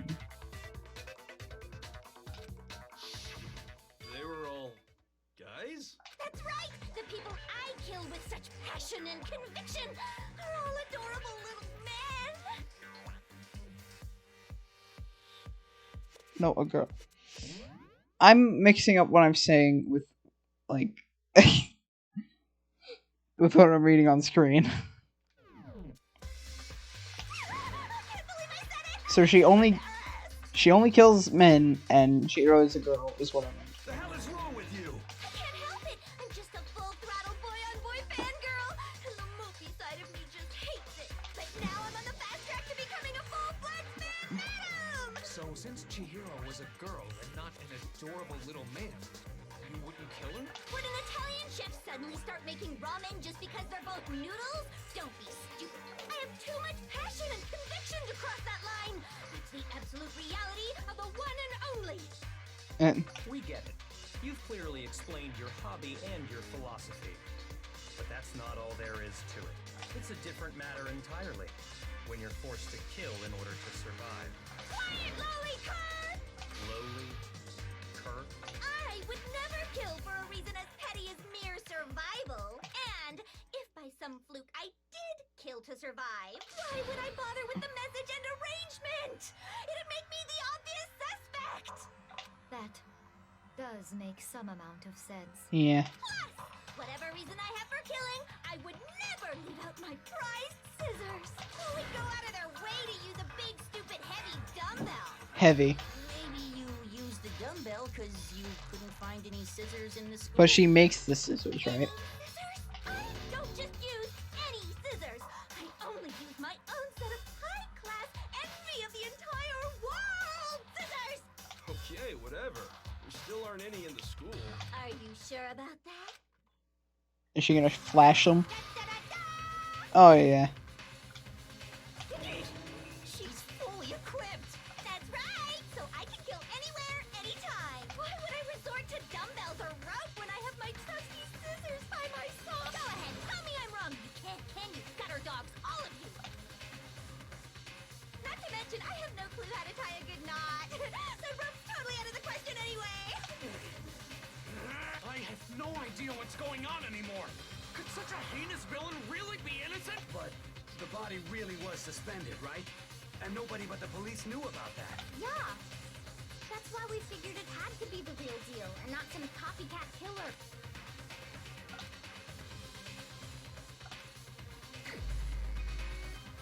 One person who could have copied. The only other person who would know about that is Mr. Blonde Rich Boy. Right? Because there's no one else in the higher ups.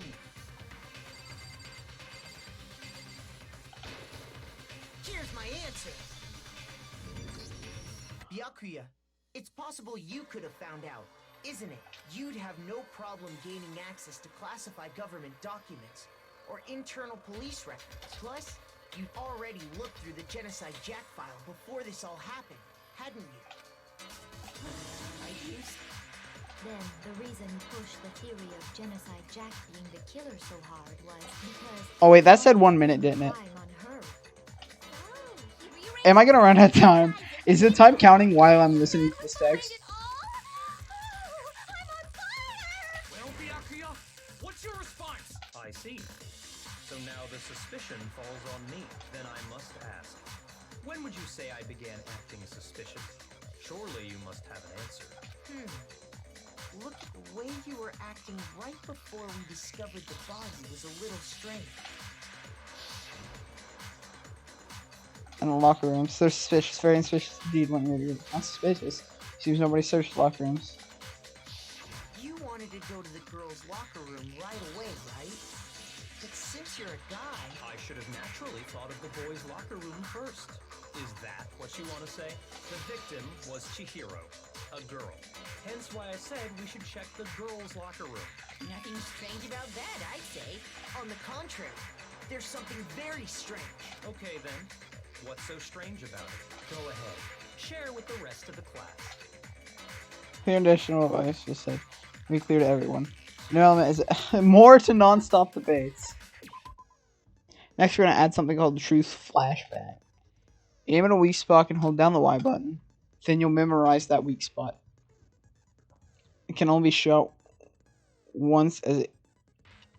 Memorized face can only be shot once.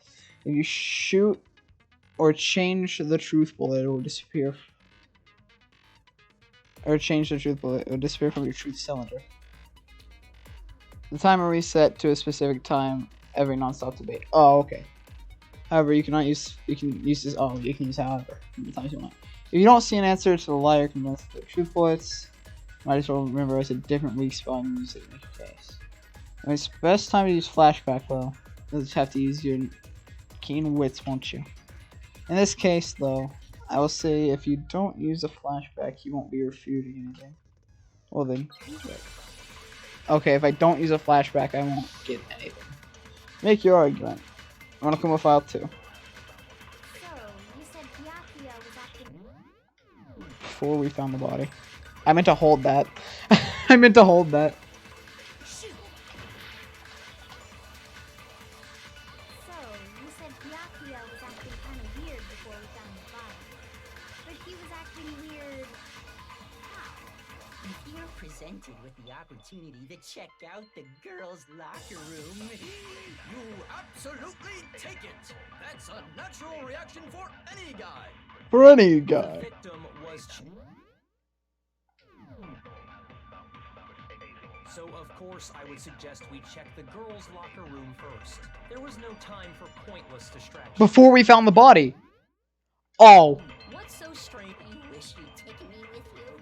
I know exactly where this goes. Makes sense. Okay. Yeah. Okay. So, you said Byakuya was acting kind of weird before we found the body. But he was acting weak and If you're presented with the opportunity to... That's a natural... The victim was Chihiro, who.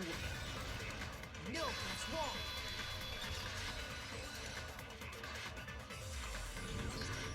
I'll tell you what's so strange about that, because up until we actually discovered the body, we couldn't have known who the victim was. So your claim that you went to the girls' locker room first because Chihiro was the victim doesn't hold up. Let's go, Makoto I Naegi. see. That's a good answer, I must admit. Interesting. Very interesting indeed. But your reasoning is still too weak. Huh? What's wrong? Is that it? Surely you've got more than that. Go ahead. Show us. What's it by his attitude? It's like he doesn't even care. I got him cornered, but he's acting like he's nothing to do with it. What's the matter? He's just trying to throw us off track. Ready, are you? There must be more to it. There is. There is more to it.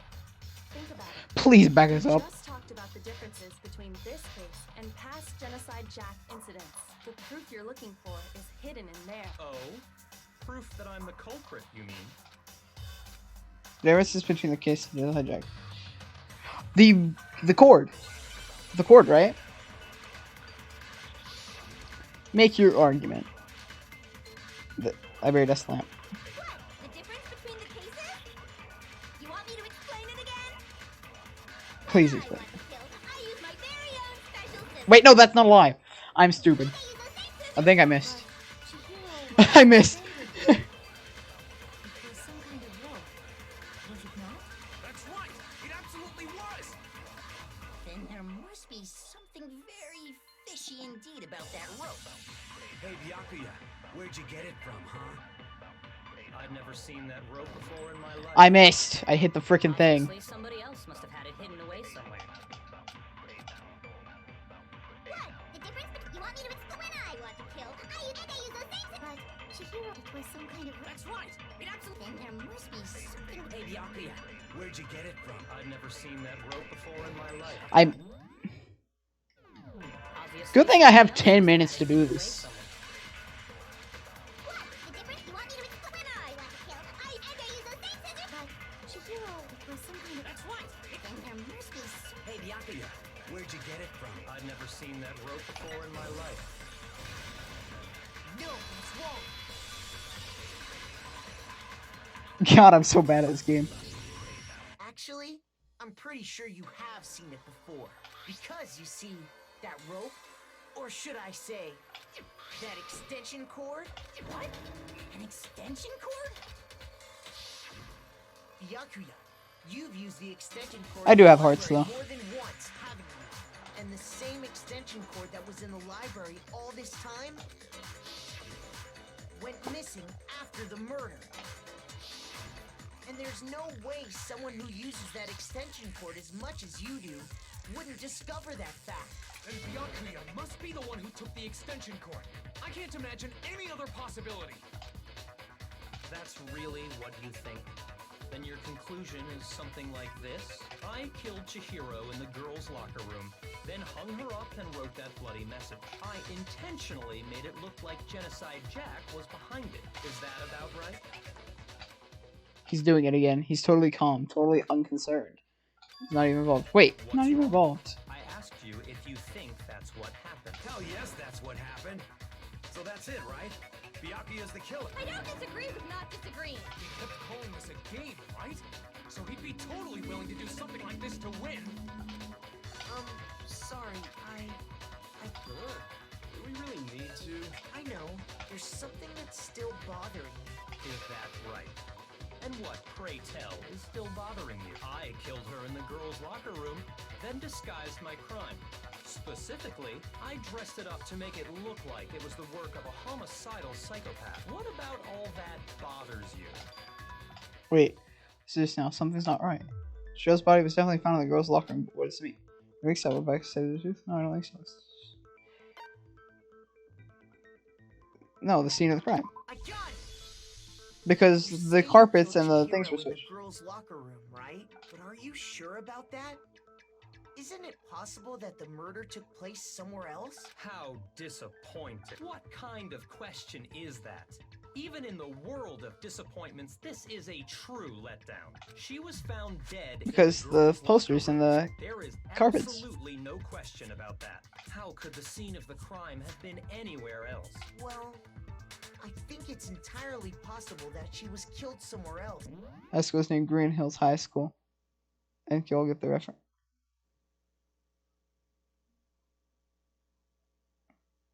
Green Hills? Oh. I get it. Along with the rest I think. of the murder scene. Maybe I don't. The rest of the murder scene? That was awfully specific. Please tell me you have a reason for saying all of that. I believe I do. Rebecca, did you just take your off guard? Should I saw the murder of the crime scene? I realized the actual scene of the crime was. Hey, don't just move on without permission. What do you mean she was killed somewhere else? Come on, Makoto. If there's any chance the murder took place somewhere else, let's see the proof.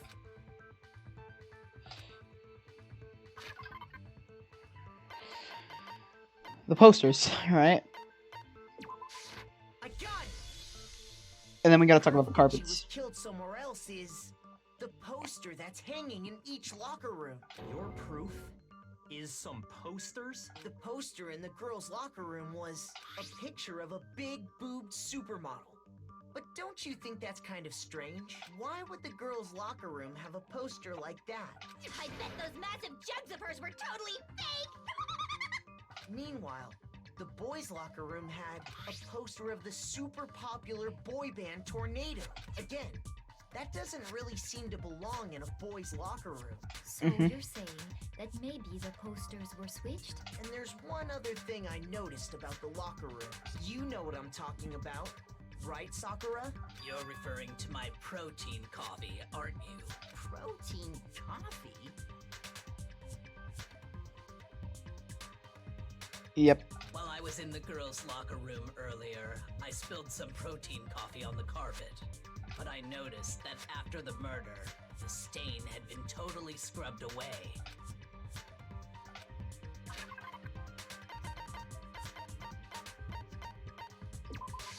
I got it! Alright, we got this. We got this. Stain on the girls' locker room carpet Sonic. scrubbed away. But why would they put Mr. Blonde Rich Boy with Sonic? Like make that reference, or is it just to be funny? I found it on the boys' locker room carpet. That's definitely the stain from my protein coffee. Then, does that mean that the carpets were switched too?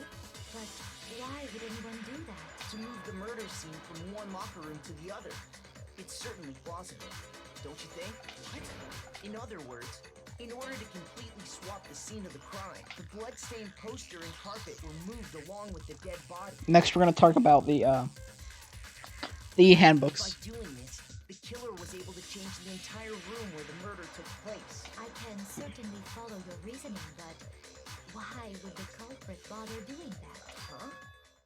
Why would they go to all that trouble of switching the scene of actually an even bigger question? If the murder did take place in the boys' locker room, then how did Chihiro get in the boys' locker room in the first place? To get into the locker rooms, you have to swap Chihiro's handbook. Should have only allowed I told you. She had no way to get into the boys' locker room to begin with. No, she did have a way, and I can tell you what it was. I highly doubt that. Shut up! I'm telling you, I know how she could have done it. Other character former high school schools or references, not particular reason for most of them. Gotcha. Is you right? Chihiro get it on boys' locker room somehow? It's because of the handbooks at the front, right? Broken, or no, the broken one, I guess. Is it really possible?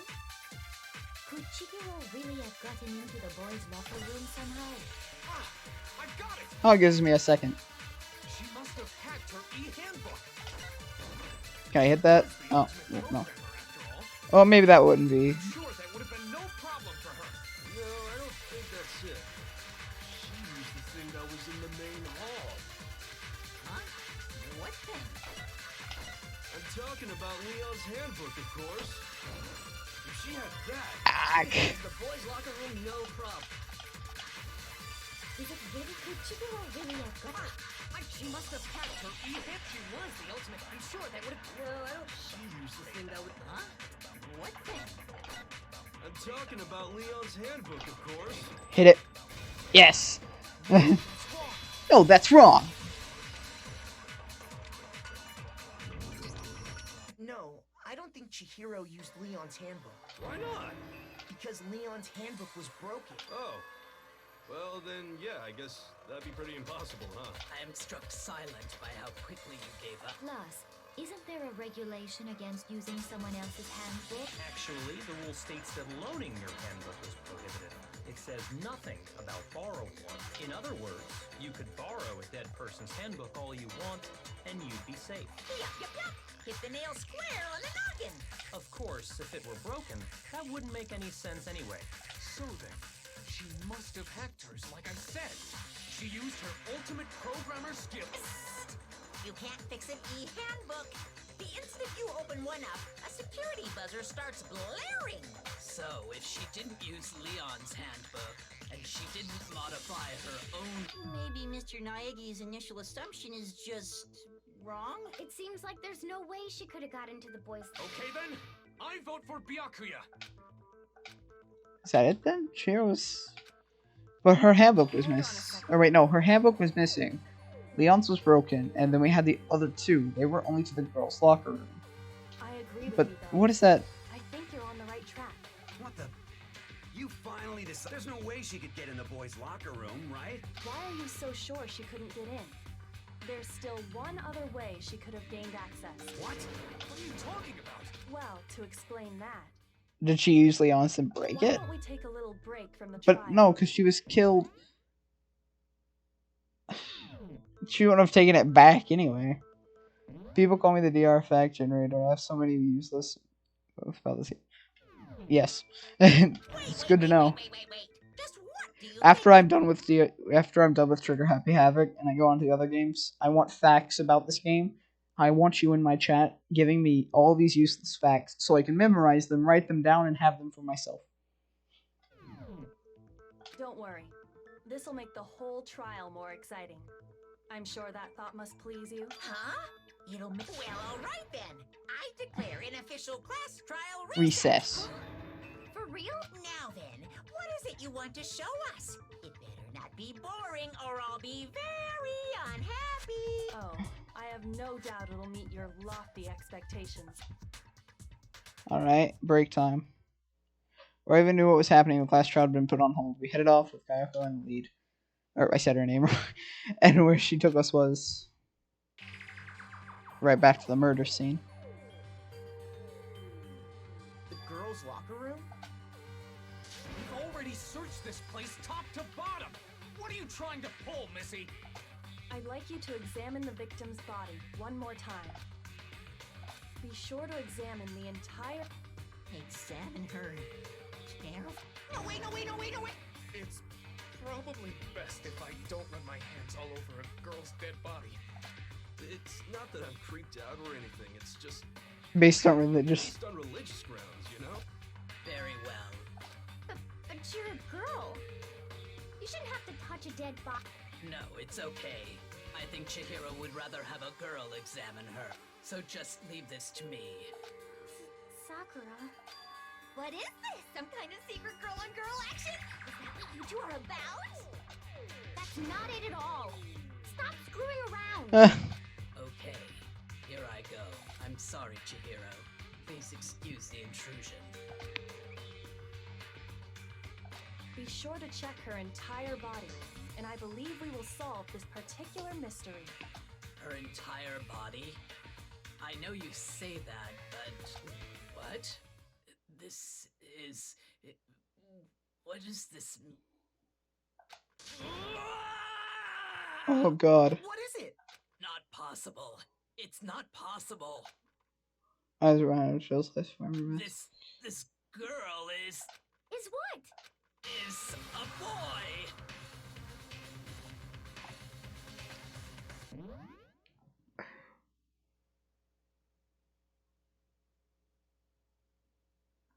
What?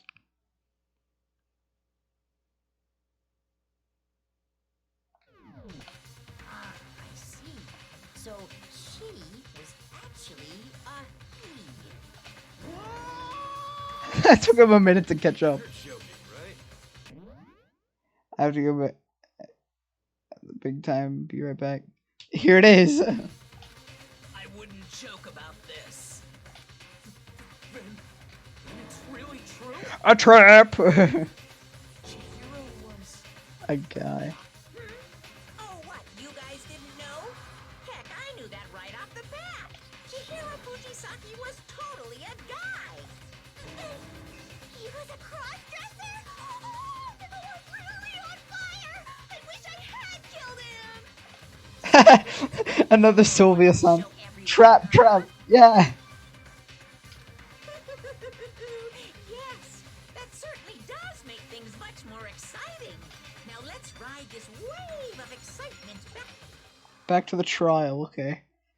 I do apologize for keeping you waiting. Now then, let's resume the class trial. We've all just learned of the shocking revelation that Chihiro was actually a boy. Let's pick up from there. Yes, well, I don't know his reason for hiding it, but the fact is, Chihiro was not a girl, but a boy. So I think that Chihiro's actually a guy. That never And crossed my because mind. the victim was male, he would have had no problem gaining access to the boys' locker room. Assuming his handbook did, in fact, list his gender as male, then yes, that would be true. Of course his handbook said he was a boy. He dressed like a girl, but he was a boy through and through. So then, there should be no issue with Makoto's initial assertion. The victim was killed in the Soccer is boys' locker interesting. room and was then later moved to the girls' locker room. And the killer could have easily used Sayaka or Junko's handbook to get into the girls' locker room. So Chihiro really was killed in the boys' locker room? I still don't understand the motive for moving the body, but yes, that does seem plausible. Well, I must admit, I did find it rather odd. I knew he felt a little off. There was a certain incongruity to his female body. This is the most titillating situation! So now everything has been connected. All the mysteries have finally become clear. Okay, well, connected or clear or whatever.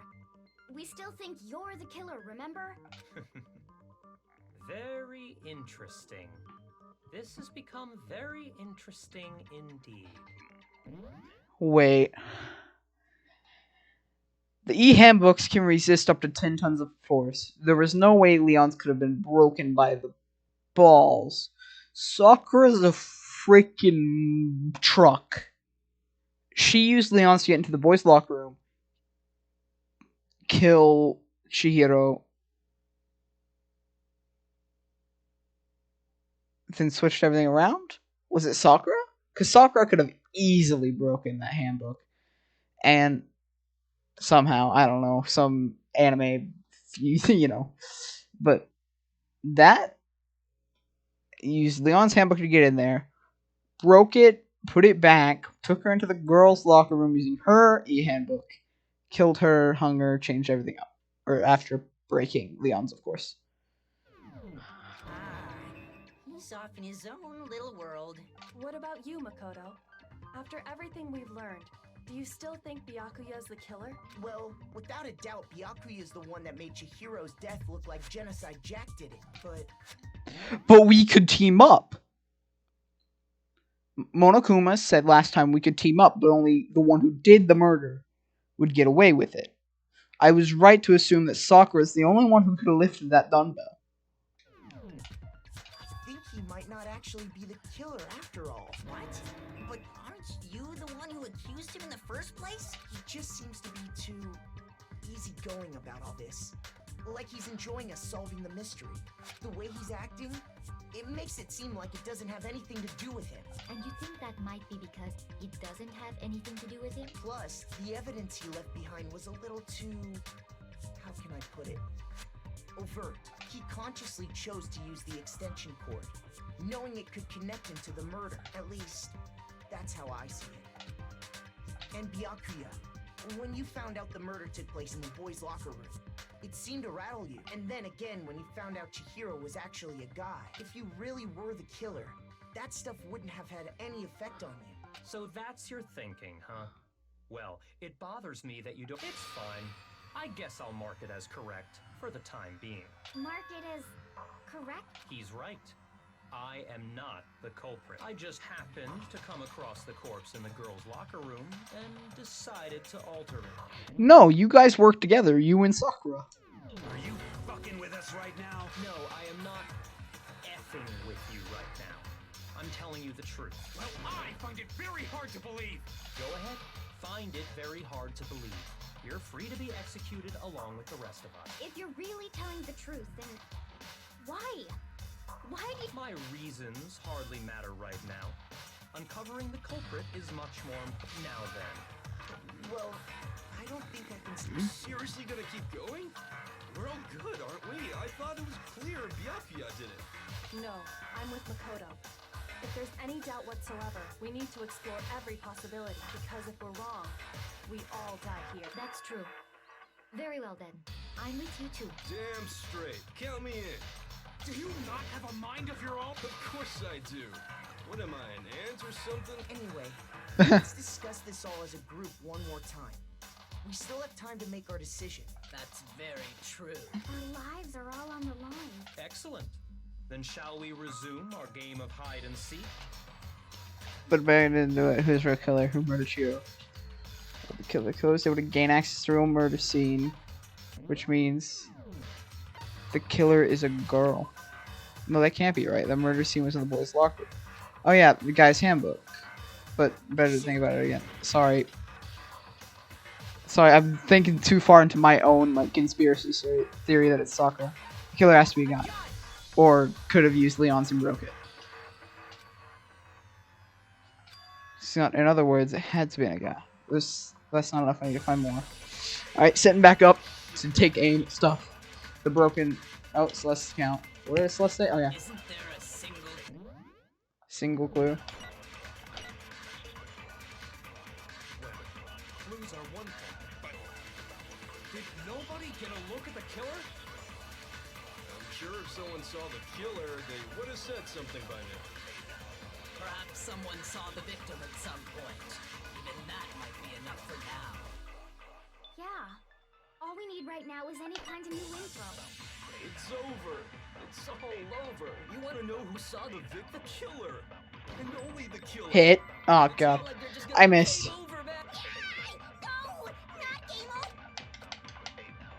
Isn't there a single clue? Did nobody get... I'm sure if someone saw the... Perhaps someone saw the victim. Yeah. All we need... It's over. You want to know who saw the victim? The killer. And only... No, that's wrong. No, that's wrong.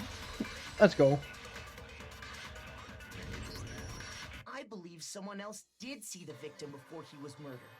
What do you think, Celeste? Now that you mention it, yes, I did see him. Huh?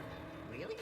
Oh, but I suppose only Makoto knows about this. Makoto. The rest of you had no idea, did you?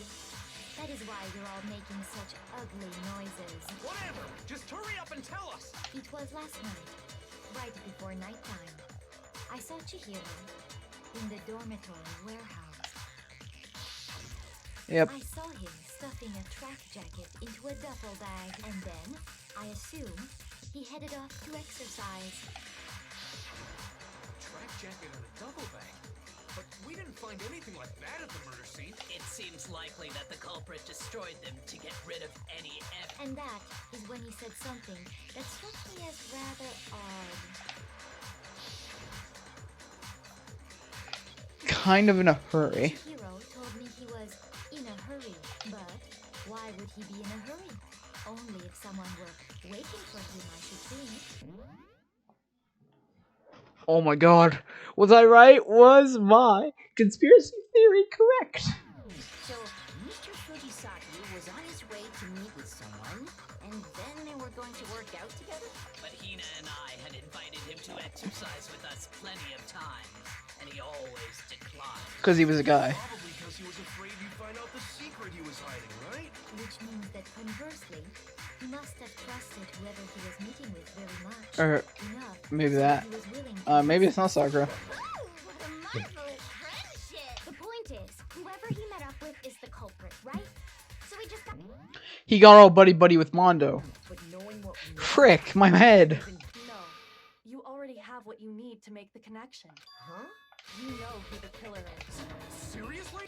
Who is it? Think back to the track jacket and duffel bag the killer disposed of. Focus on the details of these items, and it should become obvious who was waiting for it. Are you sure? You really think we can figure out who did it based on 2 pieces of evidence that we don't have? Why? You want to track down some fingerprints or something? Even if we had the equipment for that, we wouldn't know how to use it. As was noted, the evidence is already gone. There's Maybe, but we can make certain inferences if we just take the time to talk it out. Easy for you to say, but fine.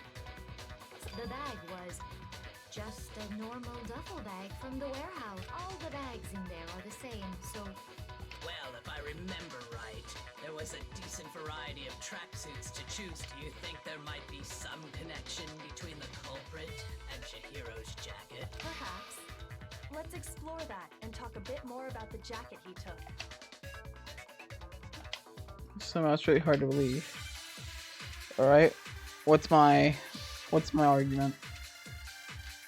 Celeste's account again. First of all, we know where Chihiro was headed. So I gotta use flashback up On apparently. his way to go exercise. So next we have to ask, why did he choose the specific tracksuit that he did? What do you mean, this? He chose a tracksuit. He was going to the pool. I got it! But the tracksuit, I forgot the locker room has exercise equipment. Sorry. That completely skipped my head. It matched the one the culprit was wearing. So, what you're saying is, the killer was wearing the same blue tracksuit?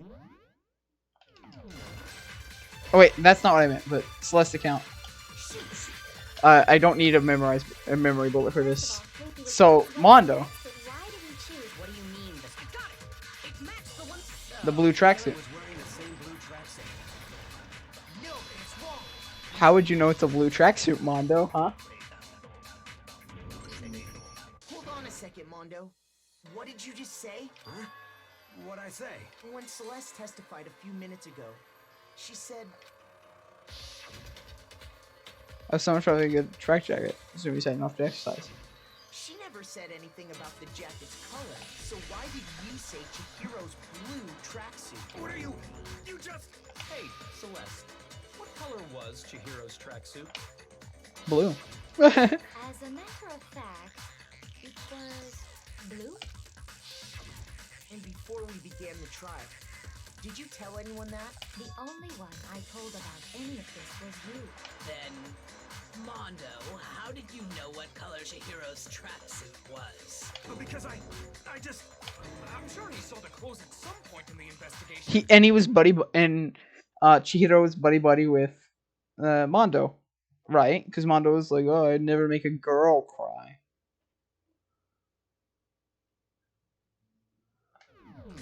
No, that can't be it. The bag and clothes were surely disposed of by the time we began our investigation. Then the only reason he could have known what color the tracksuit was is if he saw Cherry with it before he died. Cherry? Are you talking about Chihiro? So, how about it? Did you see the tracksuit or didn't you? Just by chance. I just happened to see it last night. He walked past me, and he was carrying the tracksuit in his hands. No, that can't be it either. According to Celeste's testimony, He stuffed the bag into his bag of his hair, almost like he wanted to hide it. when Celeste noticed it, Chihiro made a point of making sure the jacket was completely in the bag. If you just ran into him briefly, you couldn't possibly have seen what color the tracksuit was. It would appear you dug your own grave. Perhaps. But you handed him the shovel, didn't you? That's why you said what you did. Focus on the tracksuit and it'll be obvious who he met with? What a bunch of nonsense. Ah, now I understand. It was all one big bluff, wasn't it? Your true intention was to draw a slip of the tongue from the culprit. That's why you said you knew who did it. To put them on edge. That's right. However, Mondo was my target all along. I had my suspicions about him from the very beginning. But why? What made you so suspicious? That's a good question. Because I hate him. There was a certain... Maybe you didn't notice it, Mondo, but you tend to refer to men and women differently. You only call guys dude. For girls, it's chick. And after he was killed, you happened to refer to him as dude. Once I picked up on that, it occurred to me that Mondo knew something we didn't. Did you notice such a tiny detail? Tiny detail. Are you a witch? She's a witch! You're positively frightful! No, I'm not the frightful one. Not nearly as frightful as someone capable of murdering a friend. Mondo, was it really you? Did you really kill Chihiro? What's this one gonna scream multiple times? Okay, Leon screamed stupid, stupid, stupid. What will he say? I didn't kill anyone. You've been all over me, judging everything Oh, I he's... say, putting words in my mouth. What gives you the right to treat me like a goddamn criminal? Yeah, he would never do something like that. This is a false accusation. It's true. My reasoning on that is pretty shaky. That was fast. Well, this does present us with a problem. It seems we are all out of lead. My time has nearly come. That's what my little ghost friend is telling me. Oh yeah, that reminds me. Hifumi, weren't you telling me you found some evidence? Really? What kind of evidence? Actually, now that I'm thinking about it here calmly, it might not be all that relevant. Jeez, does your confidence just get up and walk away? It's fine, man. Just tell us. If you really insist, then, The broken handbook? What do you have Or is that Leon? happens to be an e-handbook. Oh, I found it Chihiro's. laying on the ground, so I scooped it up. I got it! It's You know Chihiro's. Chihiro's handbook was missing from the scene of the crime, right? Aha. For a fact. For a fact indeed. I was totally sure I'd found it. Then it must hold some clue about the culprit, right? Well, that's what I was hoping. But it's busted. It won't even turn on. I imagine the culprit broke it to get rid of any evidence after the murder. That's odd. I didn't think the handbooks... You're right. They're not.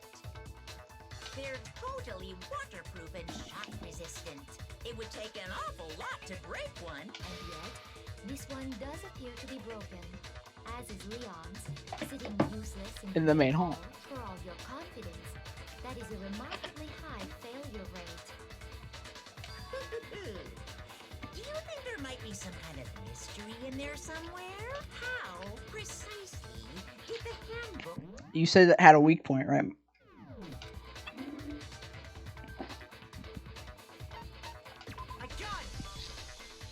You already told us before that the handbook has one weak point, didn't you? You remember that? Welcome back. Yeah, we're on Mondo's case now. Sure, maybe I let that slip, but I never told anyone what the weak point actually was.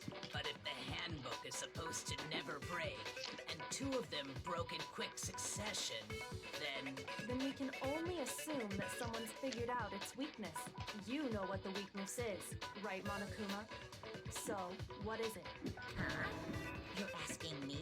I think it's a necessary piece of information if you want this to be a fair trial. But if I tell you, and someone else decides to copy it, that would be very not good. Just tell us already. Why would we want to break our own handbook? True. Oh well, I have a weakness for pushy demands. But you're sure you won't follow their example? Then allow me to make a special announcement. The weak point of my cutting-edge e-handbook is when it's exposed to high temperatures for too long. Mondo, you bastard. He was in the sauna. Or whatever with Mr. Track Team member.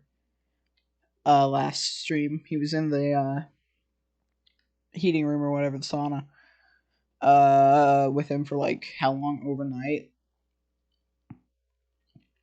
So his handbook broke then.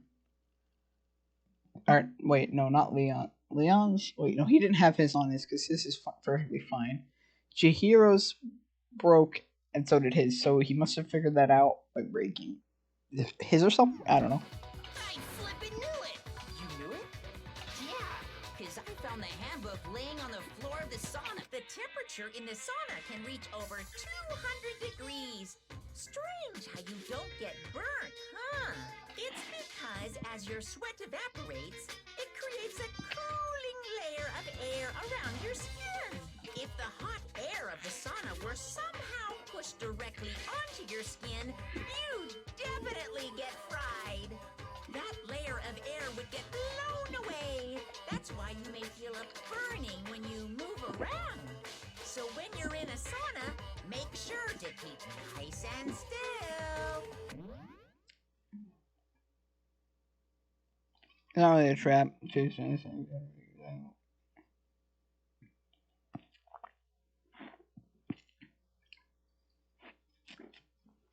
I know, we were just trying to be funny.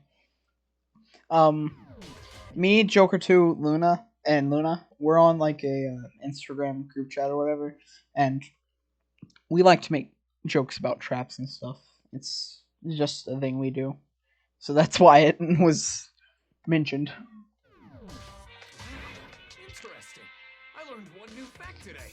That is a mere trifling speck of knowledge. Anyway, if you found the victim's handbook in the sauna, then the killer must have been purposely trying to raise its temperature in order to break it. Meaning the culprit somehow knew its weakness. But how'd they find out? Monokuma said he didn't tell anyone, right? Indeed. Quite the mystery. What if they found out by accident? What do you mean by accident? What if the killer took their own handbook into the sauna, not knowing its weakness, and it broke? They'd realize it was broken, of course, and it wouldn't be hard to figure out why. And once they had Chihiro's handbook, they knew they had an easy way to dispose of it. I won't say it's not possible, but who would have done something like that? I don't know of anyone who took their handbook into the sauna. I might know someone who did. Whoa, seriously? I think the one who may have taken their handbook into the sauna was...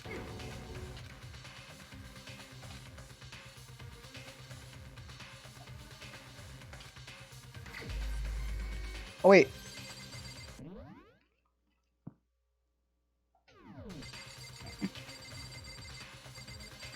You wore your clothes, right? Or was it Mr. I think you were the one who wore your clothes. Here's my answer. Because you were furthest from the camera, and I remember the furthest from the camera wearing the clothes. Your handbook got broken in the sauna, didn't it? What? Why? Why do you keep accusing him? Mondo and Taka had an endurance contest in the sauna not too long ago. Remember? Yes, see, I knew it. Mondo just so happened to keep his school uniform on. But little did he realize also left his handbook in one of his uniform pockets. And when it was all over, Mondo discovered that taking your handbook into the sauna could easily destroy it. No, wait, hold on. You got it all wrong. He would never kill. I don't accept this. Show me Excuse me. Excuse me. Excuse me again. I just chugged a drink. If something proves it beyond a shout of doubt. Alright. Time to pay attention again.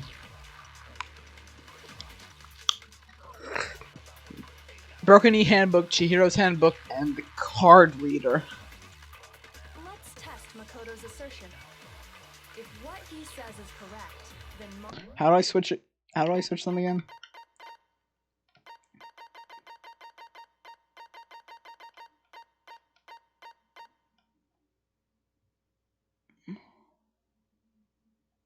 Hold down LB to open your true cylinder. Okay. You broke your own handbook. In other words, if Mondo's handbook is actually broken, then that proves that what Makoto said is right. Well, my goddamn hand. Leon's. See? Oh wait, not Leon's. Broken E Handbook. Mondo wouldn't hurt a fly. Makoto corn hair should have turned into popcorn. True. Okay. So am I going for him saying his work's perfectly fine, or am I going for him saying I was wrong? Let's test Makoto's assertion. So if I'm going for him saying his work's just fine, it's a broken one. Your own handbook. In other words, if Mondo's handbook is actually broken, then that proves that what Makoto said. Well, my goddamn handbook works just fine. I missed again. See? Okay, let's try this one.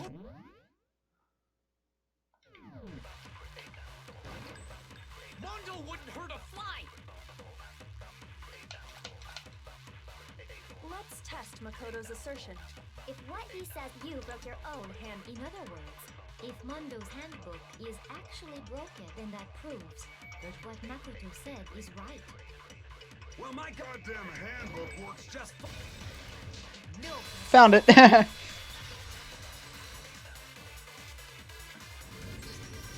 Mondo, the handbook you have right now, is it really yours? The fuck is that supposed to mean? The broken handbook that was in the main hall, isn't that one actually? What the heck are you talking about? What I mean is, I think Mondo swapped it. I think he took Leon's handbook and replaced it with his own. After all, Monokuma said himself that Leon's handbook never should have broken. That's right! The punishment it suffered wasn't nearly enough to destroy it. Okay, at this moment, favorite and most hated character for you. I don't hate, like, if I had like a most disliked character, it would be Toko. I just don't. She's just creepy. And she got even more creepy with the whole genocide jewel thing. And if I had a favorite character, it was Sayaka, but we all know what happened to her. Probably Mrs. Purple Hair. I cannot keep up with these names. I can't. Mrs. Purple Hair helps us with the smart one. The smart one that helps us with these trials. So then, the broken handbook in the main hall is actually Mondo's, which would mean that the handbook Mondo has right now is actually Leon's. Yes? But doesn't that violate the school regulation that says loaning out your handbook is Borrowing a dead one. We already said borrowing a Here's how I look at it. There is a rule about loaning your handbook to another student. But if they're dead, they're not a student. It's kind of a gray area, I admit. But no worries. If anything, it just makes things more interesting. As such, I decree that exchanging handbooks with a corpse is not a violation of the rules. Well, Mondo, if I'm wrong about this, you're welcome to say so. I'm happy to admit I made a mistake, but... Son of a bitch. What's wrong, bro? Come on! Tell him he's wrong! You are wrong! You have to be wrong! Everything you just said is wrong! You made it all up! Okay, then why don't we look back on this case one more time, from the beginning? That way, everything will become clear, and we'll all see if I was right or wrong. So is it comic book time? Okay, yeah, it's comic book time.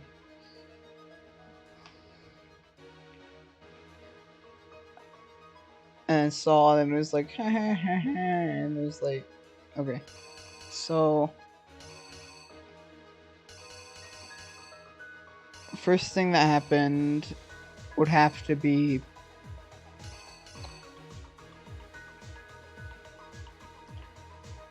it was noticed, and then okay. So what would go here?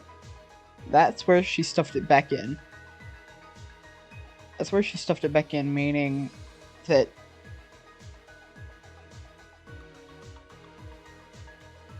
my first actually took a hard to choose from this year, but I guess it's not me.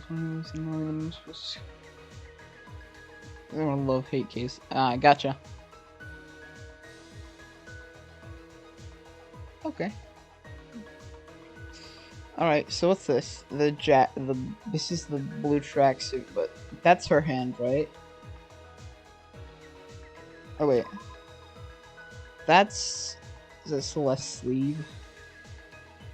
I just love Chihiro and Mondo, so this chapter is a big oof for me. Okay, I'm just gonna assume that goes there for now. We'll come back to it if we need to. Okay, so I have 18 minutes to do this one. So, boys girl locker room, what comes after immediately after the boys girl locker room?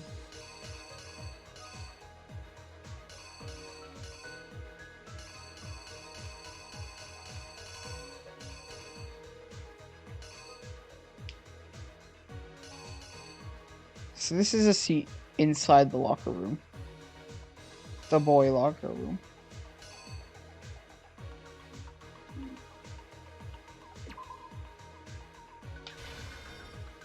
Or would this go here?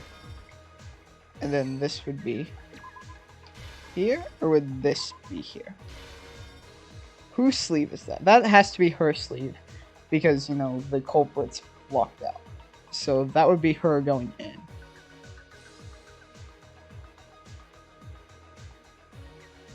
Or did it happen this way around? I don't know. I'll have to see if I get it wrong. So it's high. It's like, what? They're talking. Picked it up here.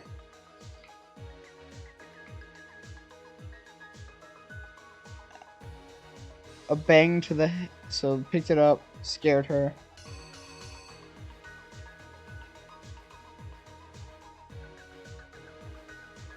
This is the E-handbook, right? I mean, most of my favorite DR characters are from... 2. Oh, another episode. And Danganronpa 0.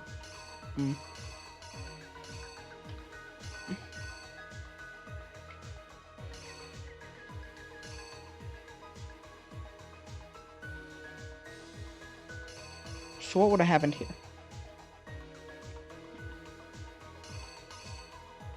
So, after the bang to the head, what happened? Is this that hitting the ground? Let's go forward again and see what happens. So, Chihiro's down on the ground. The rug is rolled up.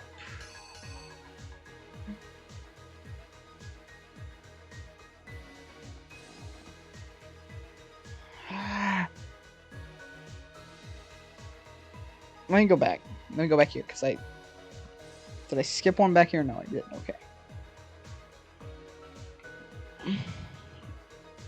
So let me go. Chihiro's leaving, stops her, sees it in the bag, and then she stuffs it in, and leaves. Here, it goes up to the boys' store, opens it, and here picks up Zero's a novel, in case you wonder. Yeah, I was like, haven't heard that one. Okay, I might have to check that one out. So, then the big bang on the head.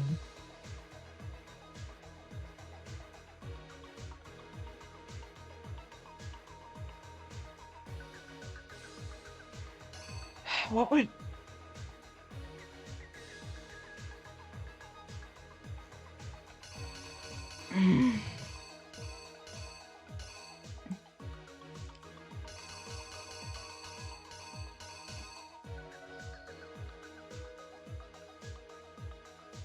There's so much to this case. Let me start from the end, because starting from the end might be easier. Byakuga walked in with it. So they're both responsible? So wait.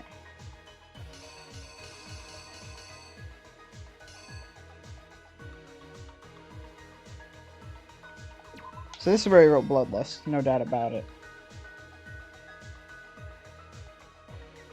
This is where he came in with the cable.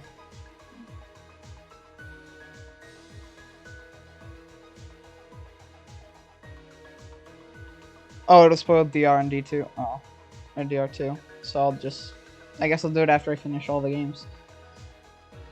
You said going into the door, switch the order. Okay. I guess that makes sense, because you have to unlock the door. I don't know.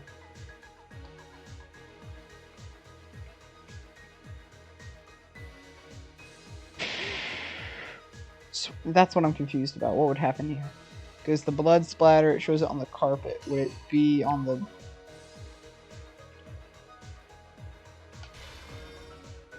I'm just gonna hope.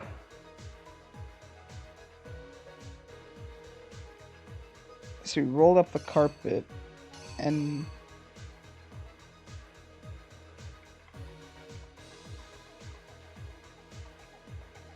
took the poster? Took the carpet, took the poster, took the boy.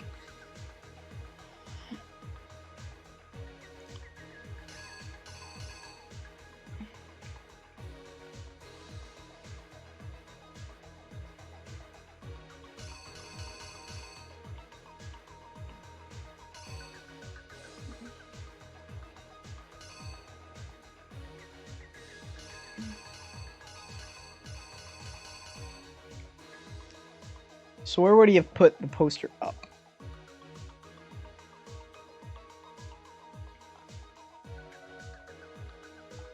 Will this be putting the poster up? Because here it seems the poster and stuff have already been switched. And that's when Byakuga comes in. Meaning the bloody dumbbell goes... here?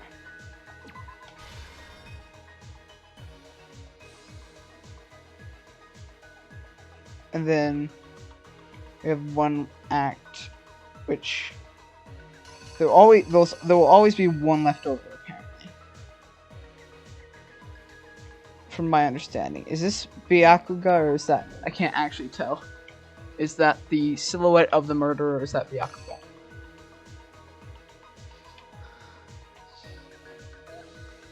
But that shows Byakuga standing there in the room with the dead body. And this one seems empty. So this will be the murderer. And then what happened to this? Okay, there will always be more than one left over. Or at least one left over. So we have an E card being picked up. We have a picture of... Is this right? I'll try it. Sure is you. First, let's take a look back to before the incident. Let's see if I was right. Last night, Celeste saw Chihiro in the warehouse, correct? At the time, she was apparently stuffing something into a duffel bag. That something was a blue tracksuit. You can confirm this, right, Celeste?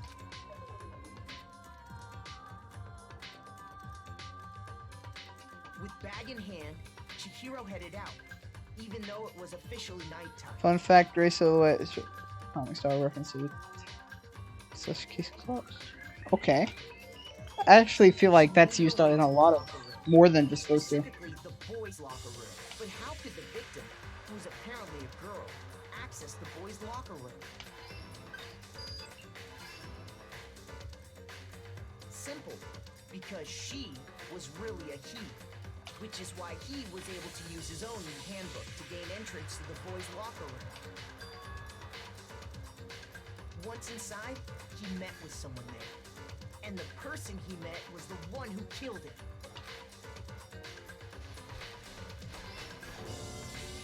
It seems likely that the killer grabbed the nearby dumbbell, approached the unsuspecting Chihiro, Let's see if I was right with this one. and attacked him. I was, okay. And that's where the bloodstains on the...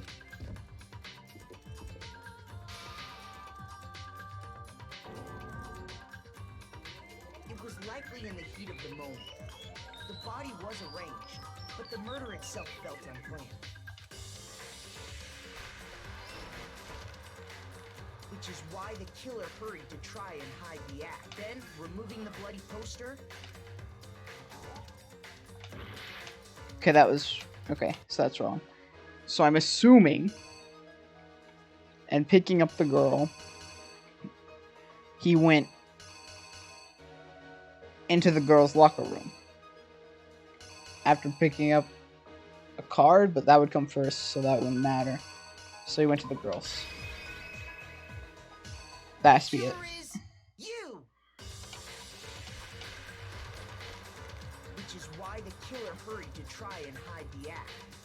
First, then, removing the bloody poster, Yeah! Okay. and finally carrying the corpse into the girls' locker room. A girl's handbook was necessary to get into the locker room, but this alone doesn't prove that the killer was necessarily a girl. After all, Sayaka and Junko's handbooks had been placed in the main hall. Using one of those, a boy could get into the girls' locker room without much problem. And that's exactly how the killer did it. With the carpet and the poster they brought with them, they got to work. They changed the layout of the boys' and girls' locker room in what you might call a crime scene switch. That could have been the end of things, but no. Byakuya discovered the body and decided to intervene in the situation, making things even more complicated. So, after stumbling on the crime scene, he went and grabbed the extension Conan cord is really from the famous and library, other kind of inspired and then he miniseries. got to work. Creator of the game study. For the Conan game for the DX. Huh. He used the cord to string up Chihiro's lifeless body.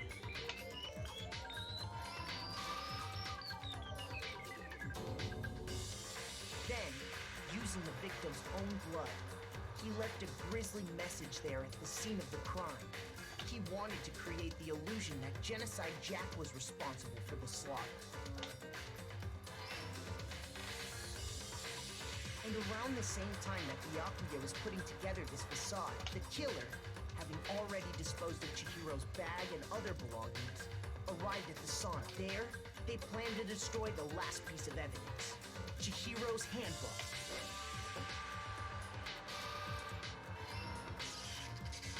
And just as the killer expected, the steamy sauna was enough to ruin the electronic gadget. Somehow, the killer knew that the handbook couldn't stand up to the heat of the sauna.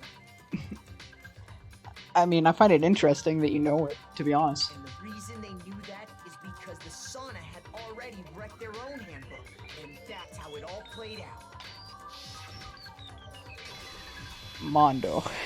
Isn't that right, Mondo Owada?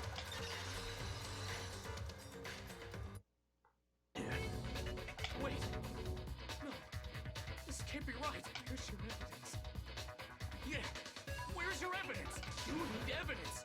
You need proof! Without any proof, you can't pin any of this on him! This Mondo's killer already views itself as trial somehow. Let's see, everything will come clear. New element has been added to bullet time battles. Again! Another one. Let's talk a little bit about fever time. Nigga time. Just don't take that the wrong way. The normal time button, press the RB button. Fever time will activate. The tempo will be forced to its max. At this point, even if you push the buttons at random, you won't miss.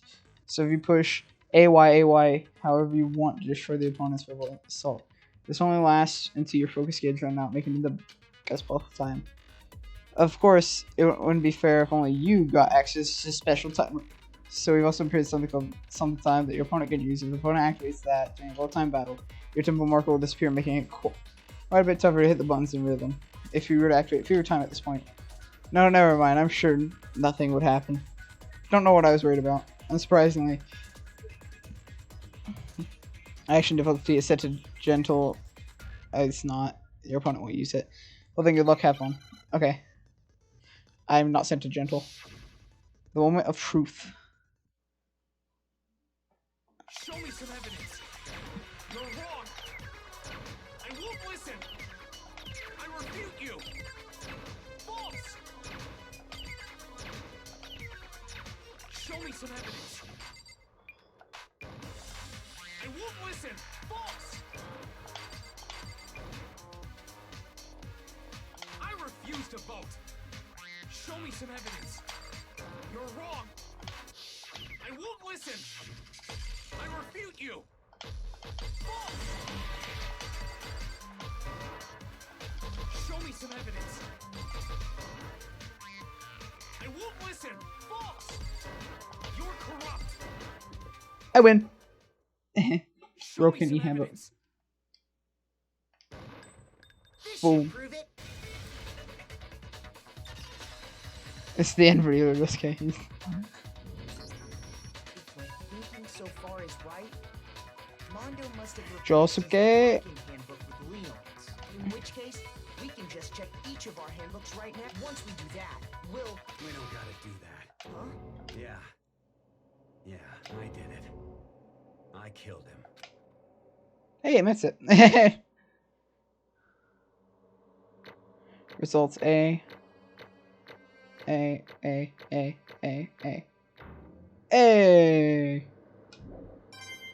81, let's go. Bro, what are you saying? I got no choice, man. After hearing all that, I gotta just give up. Go ahead, Monokuma. Get it over with.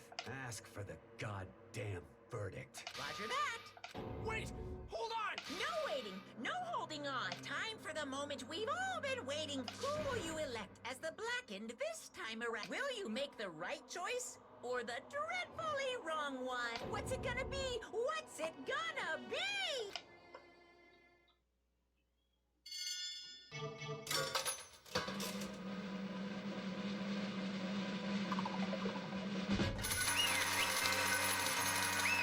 There we go.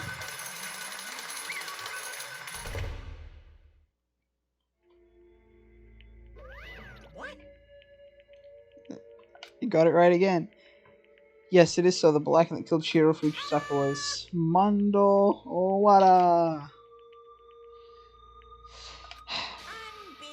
In case you're wondering, the vote was not anonymous. It chose the wrong answer. You're turning very close to the danger zone, Mr. Ishimaru. Better be more careful. I refuse to believe it. There's no way. No way he would kill someone. Sorry. What is this? Why are you apologizing? Guess you already noticed the fact that this game is still called Crazy.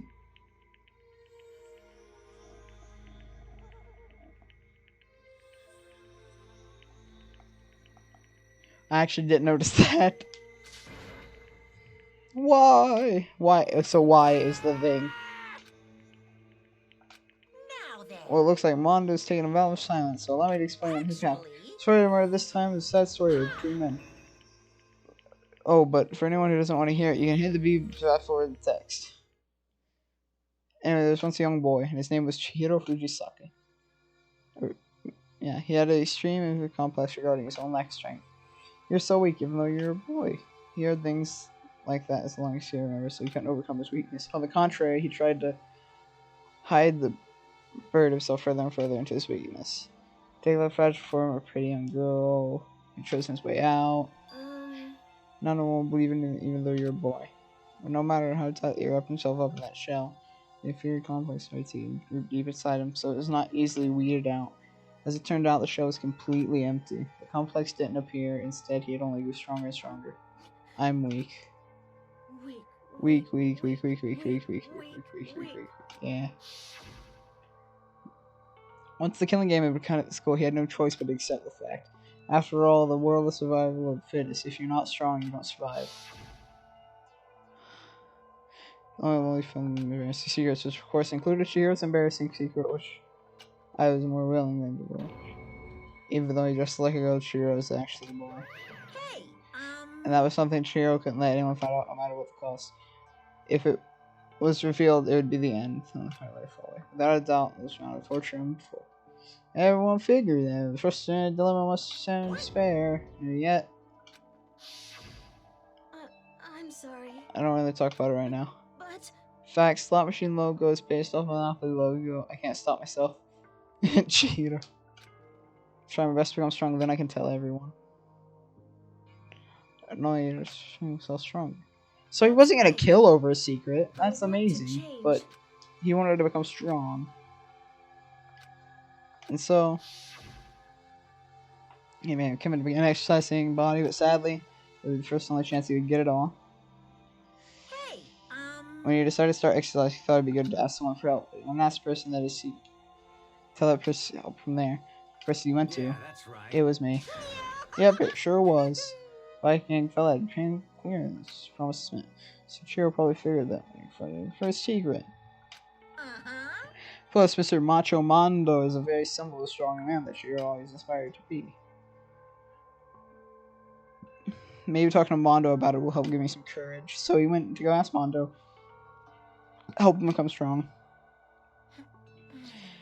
That was just... Oh, I thought Mondo supported would, you know. correct. So Mondo did what he did to keep a promise he made to Chihiro. Huh? Did what he did? I mean, that's why Mondo carried Chihiro from the boys' locker room to the girls' locker room. That's exactly what I mean. Wasn't to cover up what he'd done. That could have been part of it, but I don't think it was the main reason. The real purpose was to keep a promise between men he had with Chihiro. But does moving his body really keep his secret? Because if everyone knew he'd been killed in the boys' locker room, then everyone would argue about how she got into the boys' locker room, right? Once that started up, at least a few of us would have immediately begun to suspect his identity, so he tried to protect Chihiro's secret by putting him in the girls' locker room and stealing the handbook, see? Then Mondo did all that to keep the promise he made to Chihiro, who he'd also killed. Why would he do that? The more I hear you guys talk, the more I don't understand. I mean, you guys trusted each other, right? So why did you?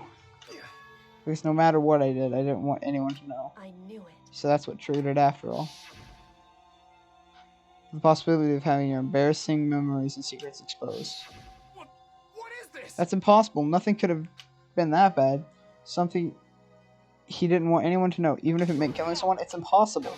How many times must I repeat myself? To judge others by your own standard of height is full. Even if you can't comprehend it, he cannot. He obviously can. That's all there is to it. I can't speak. I can't read fast either. Well, while you're on the subject, why don't I tell you?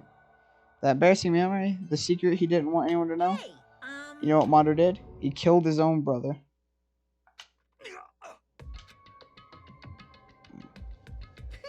Mondo, the ultimate biker gang leader, makes all the women's riffraff across the country tremble.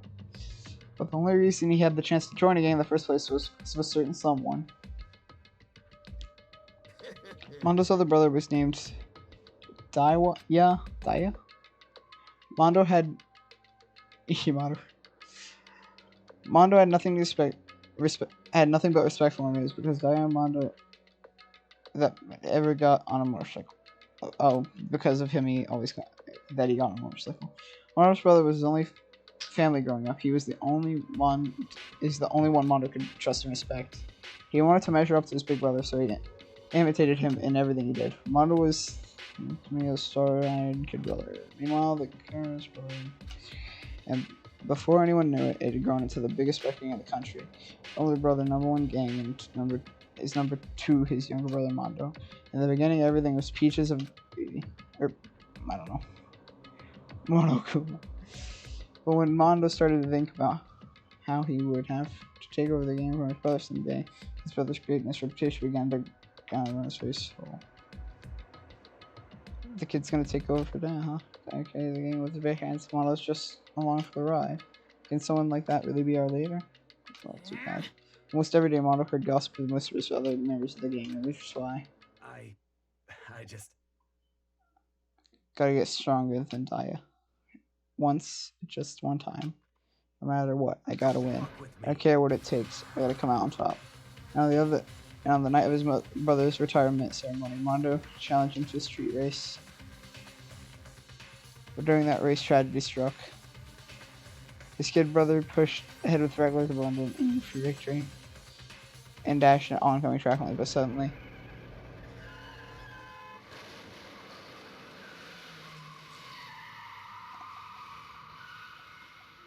oh, I get that. That's messed up. Then his kid brother saw him, so older brother delivered his final words, "My bad, kid. I fricked up. Sorry." Of course he knew it was his brother's fault, but I never blamed him for what happened. Hey kid, the rest is up to you. No matter what, you gotta keep the game together. Because it's the team you and me put together. It's a promise between men. He decided to hide the truth of what happened from everyone else in the gang in order to keep the game together. He kept the promise to his brother. He could never admit to anyone that it was his own weakness that caused the accident, and as a result, the team was made even stronger under a banner of the kid who bested his bigger brother. Daya was going to lose to his kid brother, so he got stupid and got himself killed. Makes what happened on us true. Oh, that's actually kind of messed up. He wanted to leave the team so bad that he was willing to tell all kinds of lies about his brother. I'm strong. Strong. Oh, so it's strong. So there's more than just stupid. Like Leon. Leon just saying stupid over and over again. As soon as the killing game began, he realized no matter how tough he pretended to be, he was just another weakling that could die in an instant. And then the lovely and hateful Monokuma announced the revealing of embarrassing secrets, and at this point it was clear that he'd have a problem shedding light on a secret. Mondo killed his older brother. No matter what. I couldn't let the other gang members find out. If that happened, everything would have been ruined. Everything me and my other brother worked to create would have been destroyed. His death, all the guilt I've been carrying around, would have been all for nothing. So that's why I, Mondo. After I saw what Monokuma had on me, my heart just filled up with some kind of fuzzy uneasiness, and I started swirling around. I'd never felt like that before. I didn't know what to do about it. I wasn't sure what to think or say, but after a while, the fuzzy uneasiness turned itself into a rock-hard lump of anxiety way down in my stomach, and it was right around then that Chihiro asked me to start working out with him. And right then, he told me a secret. Seriously? Jesus. I'm sorry I lied to you. But why? Why are you not telling me all of a sudden, huh? Because, I mean, you kept the secret all the time, right? If anyone found out, you would... You're right, but... I want to change. I want to change. I wrap myself in lies. I'm weak. I want to destroy that vision of me forever. His words were like a knife in my gut.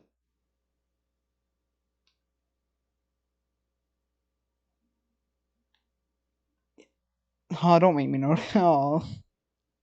Always life of despair. His words were like a knife in my gut. Felt like he was exposing a lie I'd been living out myself. I have to change, but I don't want to be weak anymore. You're so strong. It can't hurt you, right? Whatever secret Monokuma might tell us. You piece of... So what? You're saying I should just say it? You're saying if I really am... Oh. Huh? I was jealous. I was jealous that Chihiro's strength. He had the strength to face his own weakness, to try to overcome it. This kind of strength I never had. So I was jealous of him. And that jealousy broke me. Are you making fun of me? I'm strong. Are you freaking with me right now? No. I'm not making fun of you. You're really strong, Mondo. Before I could hear something starting to creep. Something inside my head. What did he want me to do? What was I supposed to do? What was I supposed to do? Sit back and let my secret get revealed and ruin everything? What's wrong? What's wrong? Why'd you have to tell me all that? Are you trying to rub my failure in my face? No, I just really admire you. Admire your strength. Yeah, that's right. That's right. I am strong. Strong. I'm strong. Strong, strong, strong, strong. Oh my god, there's so many words that keep getting repeated other than stupid. Stronger than you. What? Okay. You son of a bitch! I don't remember anything after that. When I woke up again, he was laying at my feet, covered in blood. I had the dumbbell in my hand, and I was just staring at him, down on the ground. Hey! I killed him. I killed Chihiro. I killed Chihiro. Even after all this time, I'm still just as weak as I've always been. And thanks to that, I did something I can never take back. Mondo. He was normally so aggressive, so angry. He hid that weak side from everyone. That was his secret.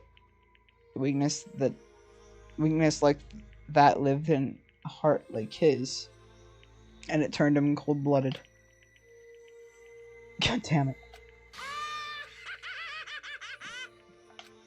Look at him, you see? You're all just like him. For a secret from the past. For a memory. For that he killed another living human in cold blood. He couldn't cut free from his own regrets in the outside world. He doesn't know what true strength is. Do you see any hope anywhere in there? Cause I sure don't. You bastard. Just shut up, you son of a word. Go ahead, say it. Again, I dare you. Okay, I'll say it as many times as I want. Is what I want to say, but unfortunately I can't do that right now because time for punishing is fast approaching. Punishing? You mean execution. That's what I promised you, right? The black and disturbed piece and will be punished. Well, hold on. Now then, I've prepared a very own special punishment for Mondo Awada. Ultimate Biker Gang Leader. No, wait. Let's give everything we really got. It's punishment time. God, it feels my worst nightmare. Oh, God. Sorry, man. I couldn't keep the promise we made. From one man to another.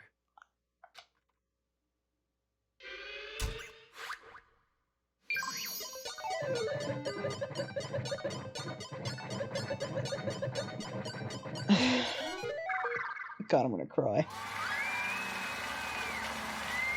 So how's this one gonna play out?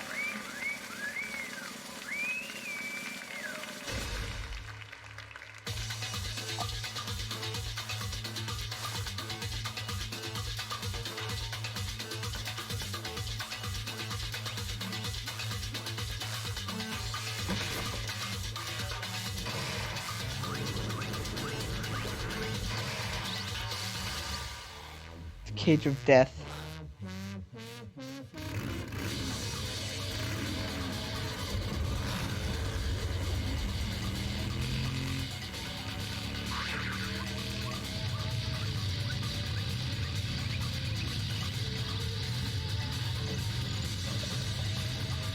A hula hoop? Oh, what?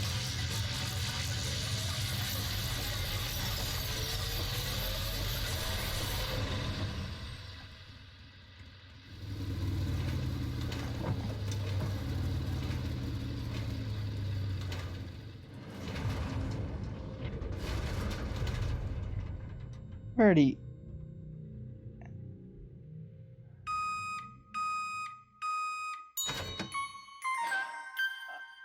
Mondo, but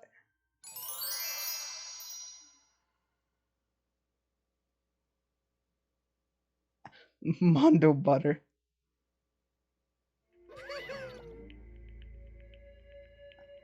Laughing at death, your soul. Laugh at death and your soul. I laughed at it. Mondo butter. That's what I want to put on my toast. That's what I want to put on my toast in the morning. So we ever found a peace? It can't be. My brother. Another murder and another execution. I want to feel again. Everyone's lives are taken so lightly here. I feel like I might be going mad. Maybe I'll just let it happen. Don't attack Monokuma. I'm scared he's gonna attack Monokuma. As Takasat screams for his soul, we just realize once again. But he, of course, had to.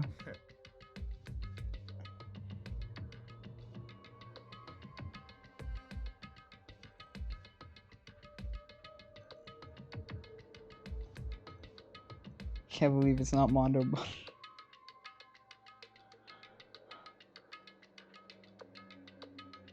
What a disappointment. This is the end of the game. Becca? What is this? You're completely insane. You know that? A game? One of our friends is dead. Do you not realize that? Of course I do, but it's a game of is life or death. I don't have anything to say to you. I don't even have a response, except that However, I just don't understand why. Explain it. Please do. Why did you go away to disguise Mondo's crime? Why? Is it obvious? Because it made things more interesting. His voice was calm, emotionless, like a voice of death. It chilled me to the bone. Last night, when the murder took place, I was in the library as usual. honestly, So he ignored the nighttime rule too. That rule never mattered to me. Or that rule never mattered to me. I don't recall agreeing to it. there is nothing to Well, do. I don't particularly care. Please continue. The night grew late, and I decided to return to my room, which is when I stumbled upon him. Spotted Mondo coming out of the girls' locker room. After he'd gone, I looked inside and saw the corpse. What, you mean you actually witnessed the murder? He was such a fool. He didn't even have the slightest idea that I'd seen him. Well, So you're saying that you knew the culprit was from the very beginning? Indeed. But it had been. But if that had been the end of it, how boring would it have been? I mean, what a waste of time to have the answer revealed right at the beginning. Which is why I decided to lend a little helping hand. I thought it would liven things up. You did it all to liven things up. I see. So after hearing about Genocide Jack from Toko, you decided to use that to create a fake murder scene. But dang, man, if we never figured out who had really done it, you would have been dead too, right? Well, obviously, I would have revealed the truth before I reached that point. Of course. Becca turned to me and had a look in his eyes. I could feel the sharp eyes piercing on me. Thanks to a certain remarkable someone, I never did, and that was able to form an interesting experiment. Interesting. Once I do decide to become blackened, I now know who I have to watch out for. What? Correct. So that was your reason. Are you satisfied? Indeed. Yes, we're done listening to your story. Moving on. Hey, There's something I'd like to ask Monokuma. What's this? Oh, I'm up next. you. You like to perform these elaborate executions each time, correct? My question is why? Do you like them? But you know, the punishment, this despair, it's not just for you. All this punishment, all this despair is my gift to mankind itself. You're over-exaggerating. I'm not over-exaggerating. These punishments are meant to transform all hope into despair. What do you mean? Mean? Mean? Mean?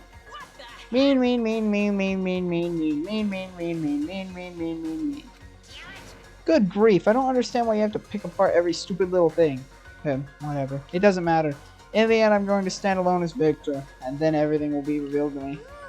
Ah, the noble son of a noble family. Truly, you understand me.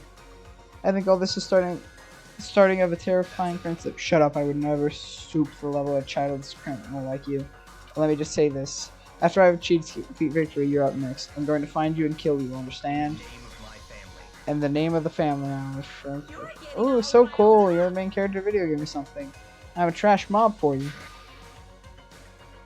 I swear, whatever it takes, I will kill you. Temper, temper. Sounds like someone needs a nap. Can I save? I need to use the bathroom.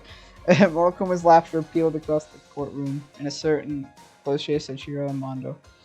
But I knew that wasn't the end. The killing game would still continue because the mastermind would never let it end. For those who are still alive, our worst thrill and despair kept multiplying. It was the kind of despair that felt like a blind puppy, and hell more than the future for us. All of our courage, our effort, our friendship, it felt like it amounted to nothing at all. It was the worst kind of despair. Put me back in my room. Well, anyway, like I was saying, this is a pretty good spot. Yeah, a really good spot.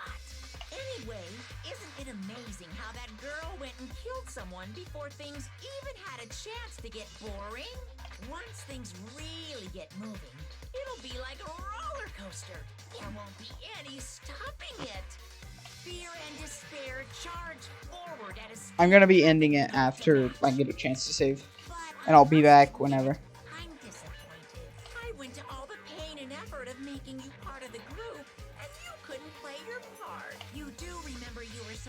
make the first move, right? Well, no biggie. Nothing we can do about it now. So just do your best to make things more exciting from now on, okay? After all, that's what everyone wants to see. Who is this? There's one thing I'd like to ask you. As long as you don't want to know my measurements, fire away. Who is it? The 16th high school student, I mean. My. You really took me by surprise there. I know I said you could ask anything, but super denied, ultra denied, demonic denied. See, that's the ace in my hole. And nobody be dumb enough to reveal that, right? No matter how close they were to their friends. Thought. Who is that guy? Ow. Chapter 2, Boy's Life Despair. Finished. The end. Imagine watching less because death. 10 students. To be continued. Please, I need to use the restroom. Monokuma. Got an item. Crazy diamond. Oh, thank the Lord, I can save. Oh, please. Oh, please. Oh, thank the Lord. Oh, thank the Lord. Thank the Lord. Thank the Lord. Sniff, sniff, sniff. Please. I know I shouldn't cry, but I've had enough. I can't take it any getting out of here. I can't let myself think if I keep thinking like that. I commented and get this, so since I'm rewriting it here. Okay. Donuts. I need to eat some donuts. That'll cheer me up. Please, donuts. Okay. Those donuts. Wonderful encounter. Sniff, sniff. I'm sorry. Please forgive me for breaking the nighttime rule. Donuts wraps. Career I'm in. Huh? Oh, what's that sound? It's also coming from the bathhouse. I'm super scared, but is see if there someone in there? Can I?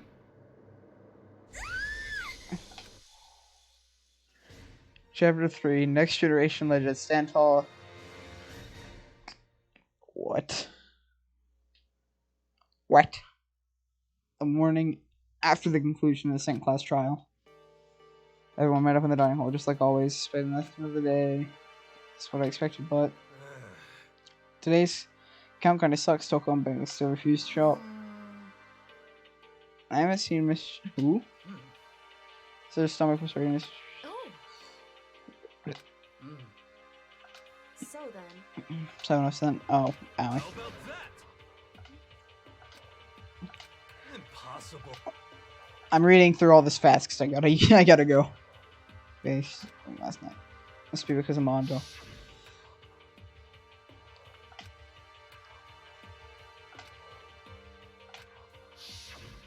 Well.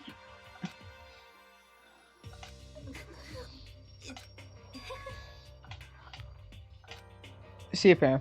By the way, I forgot to say that actually. So he's probably already gone. If you're forever. Commence, repose, satisfied, fact. Let's see this one. That's all okay. Competitions, violence, in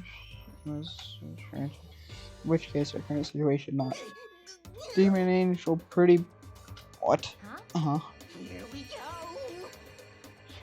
Hurry. There is nothing to be done. You know?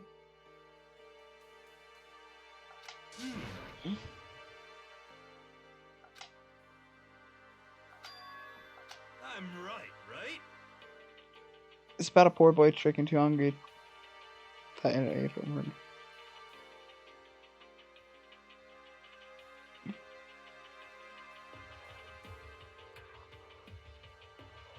Big pancake.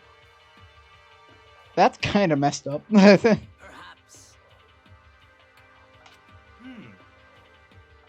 Well then. Shiny, let's split up and get him looking around. Do you have any problem with that, Celeste? Just go waiting for us. No point looking for us. Just starting. She barked the conversation. Genocide. Nobody called for you. How come Genocide Joe and not Toko? God, this place is amazing. Finally, I murder herself. And started the whole back. Spread my wings. Let's Split personality. Done. I'll fight all day and all night to murder those totally slanderous cliches. But you are a killer with a split personality. Sheesh. So I have at least 10%. Come on, you gotta back me up here. Even the biggest stars need the little people holding up. Alright, Friday. Okay, right. Let's eat Star Investigation. Okay. So he forced to eat breakfast with a murderer. Okay, finally, please.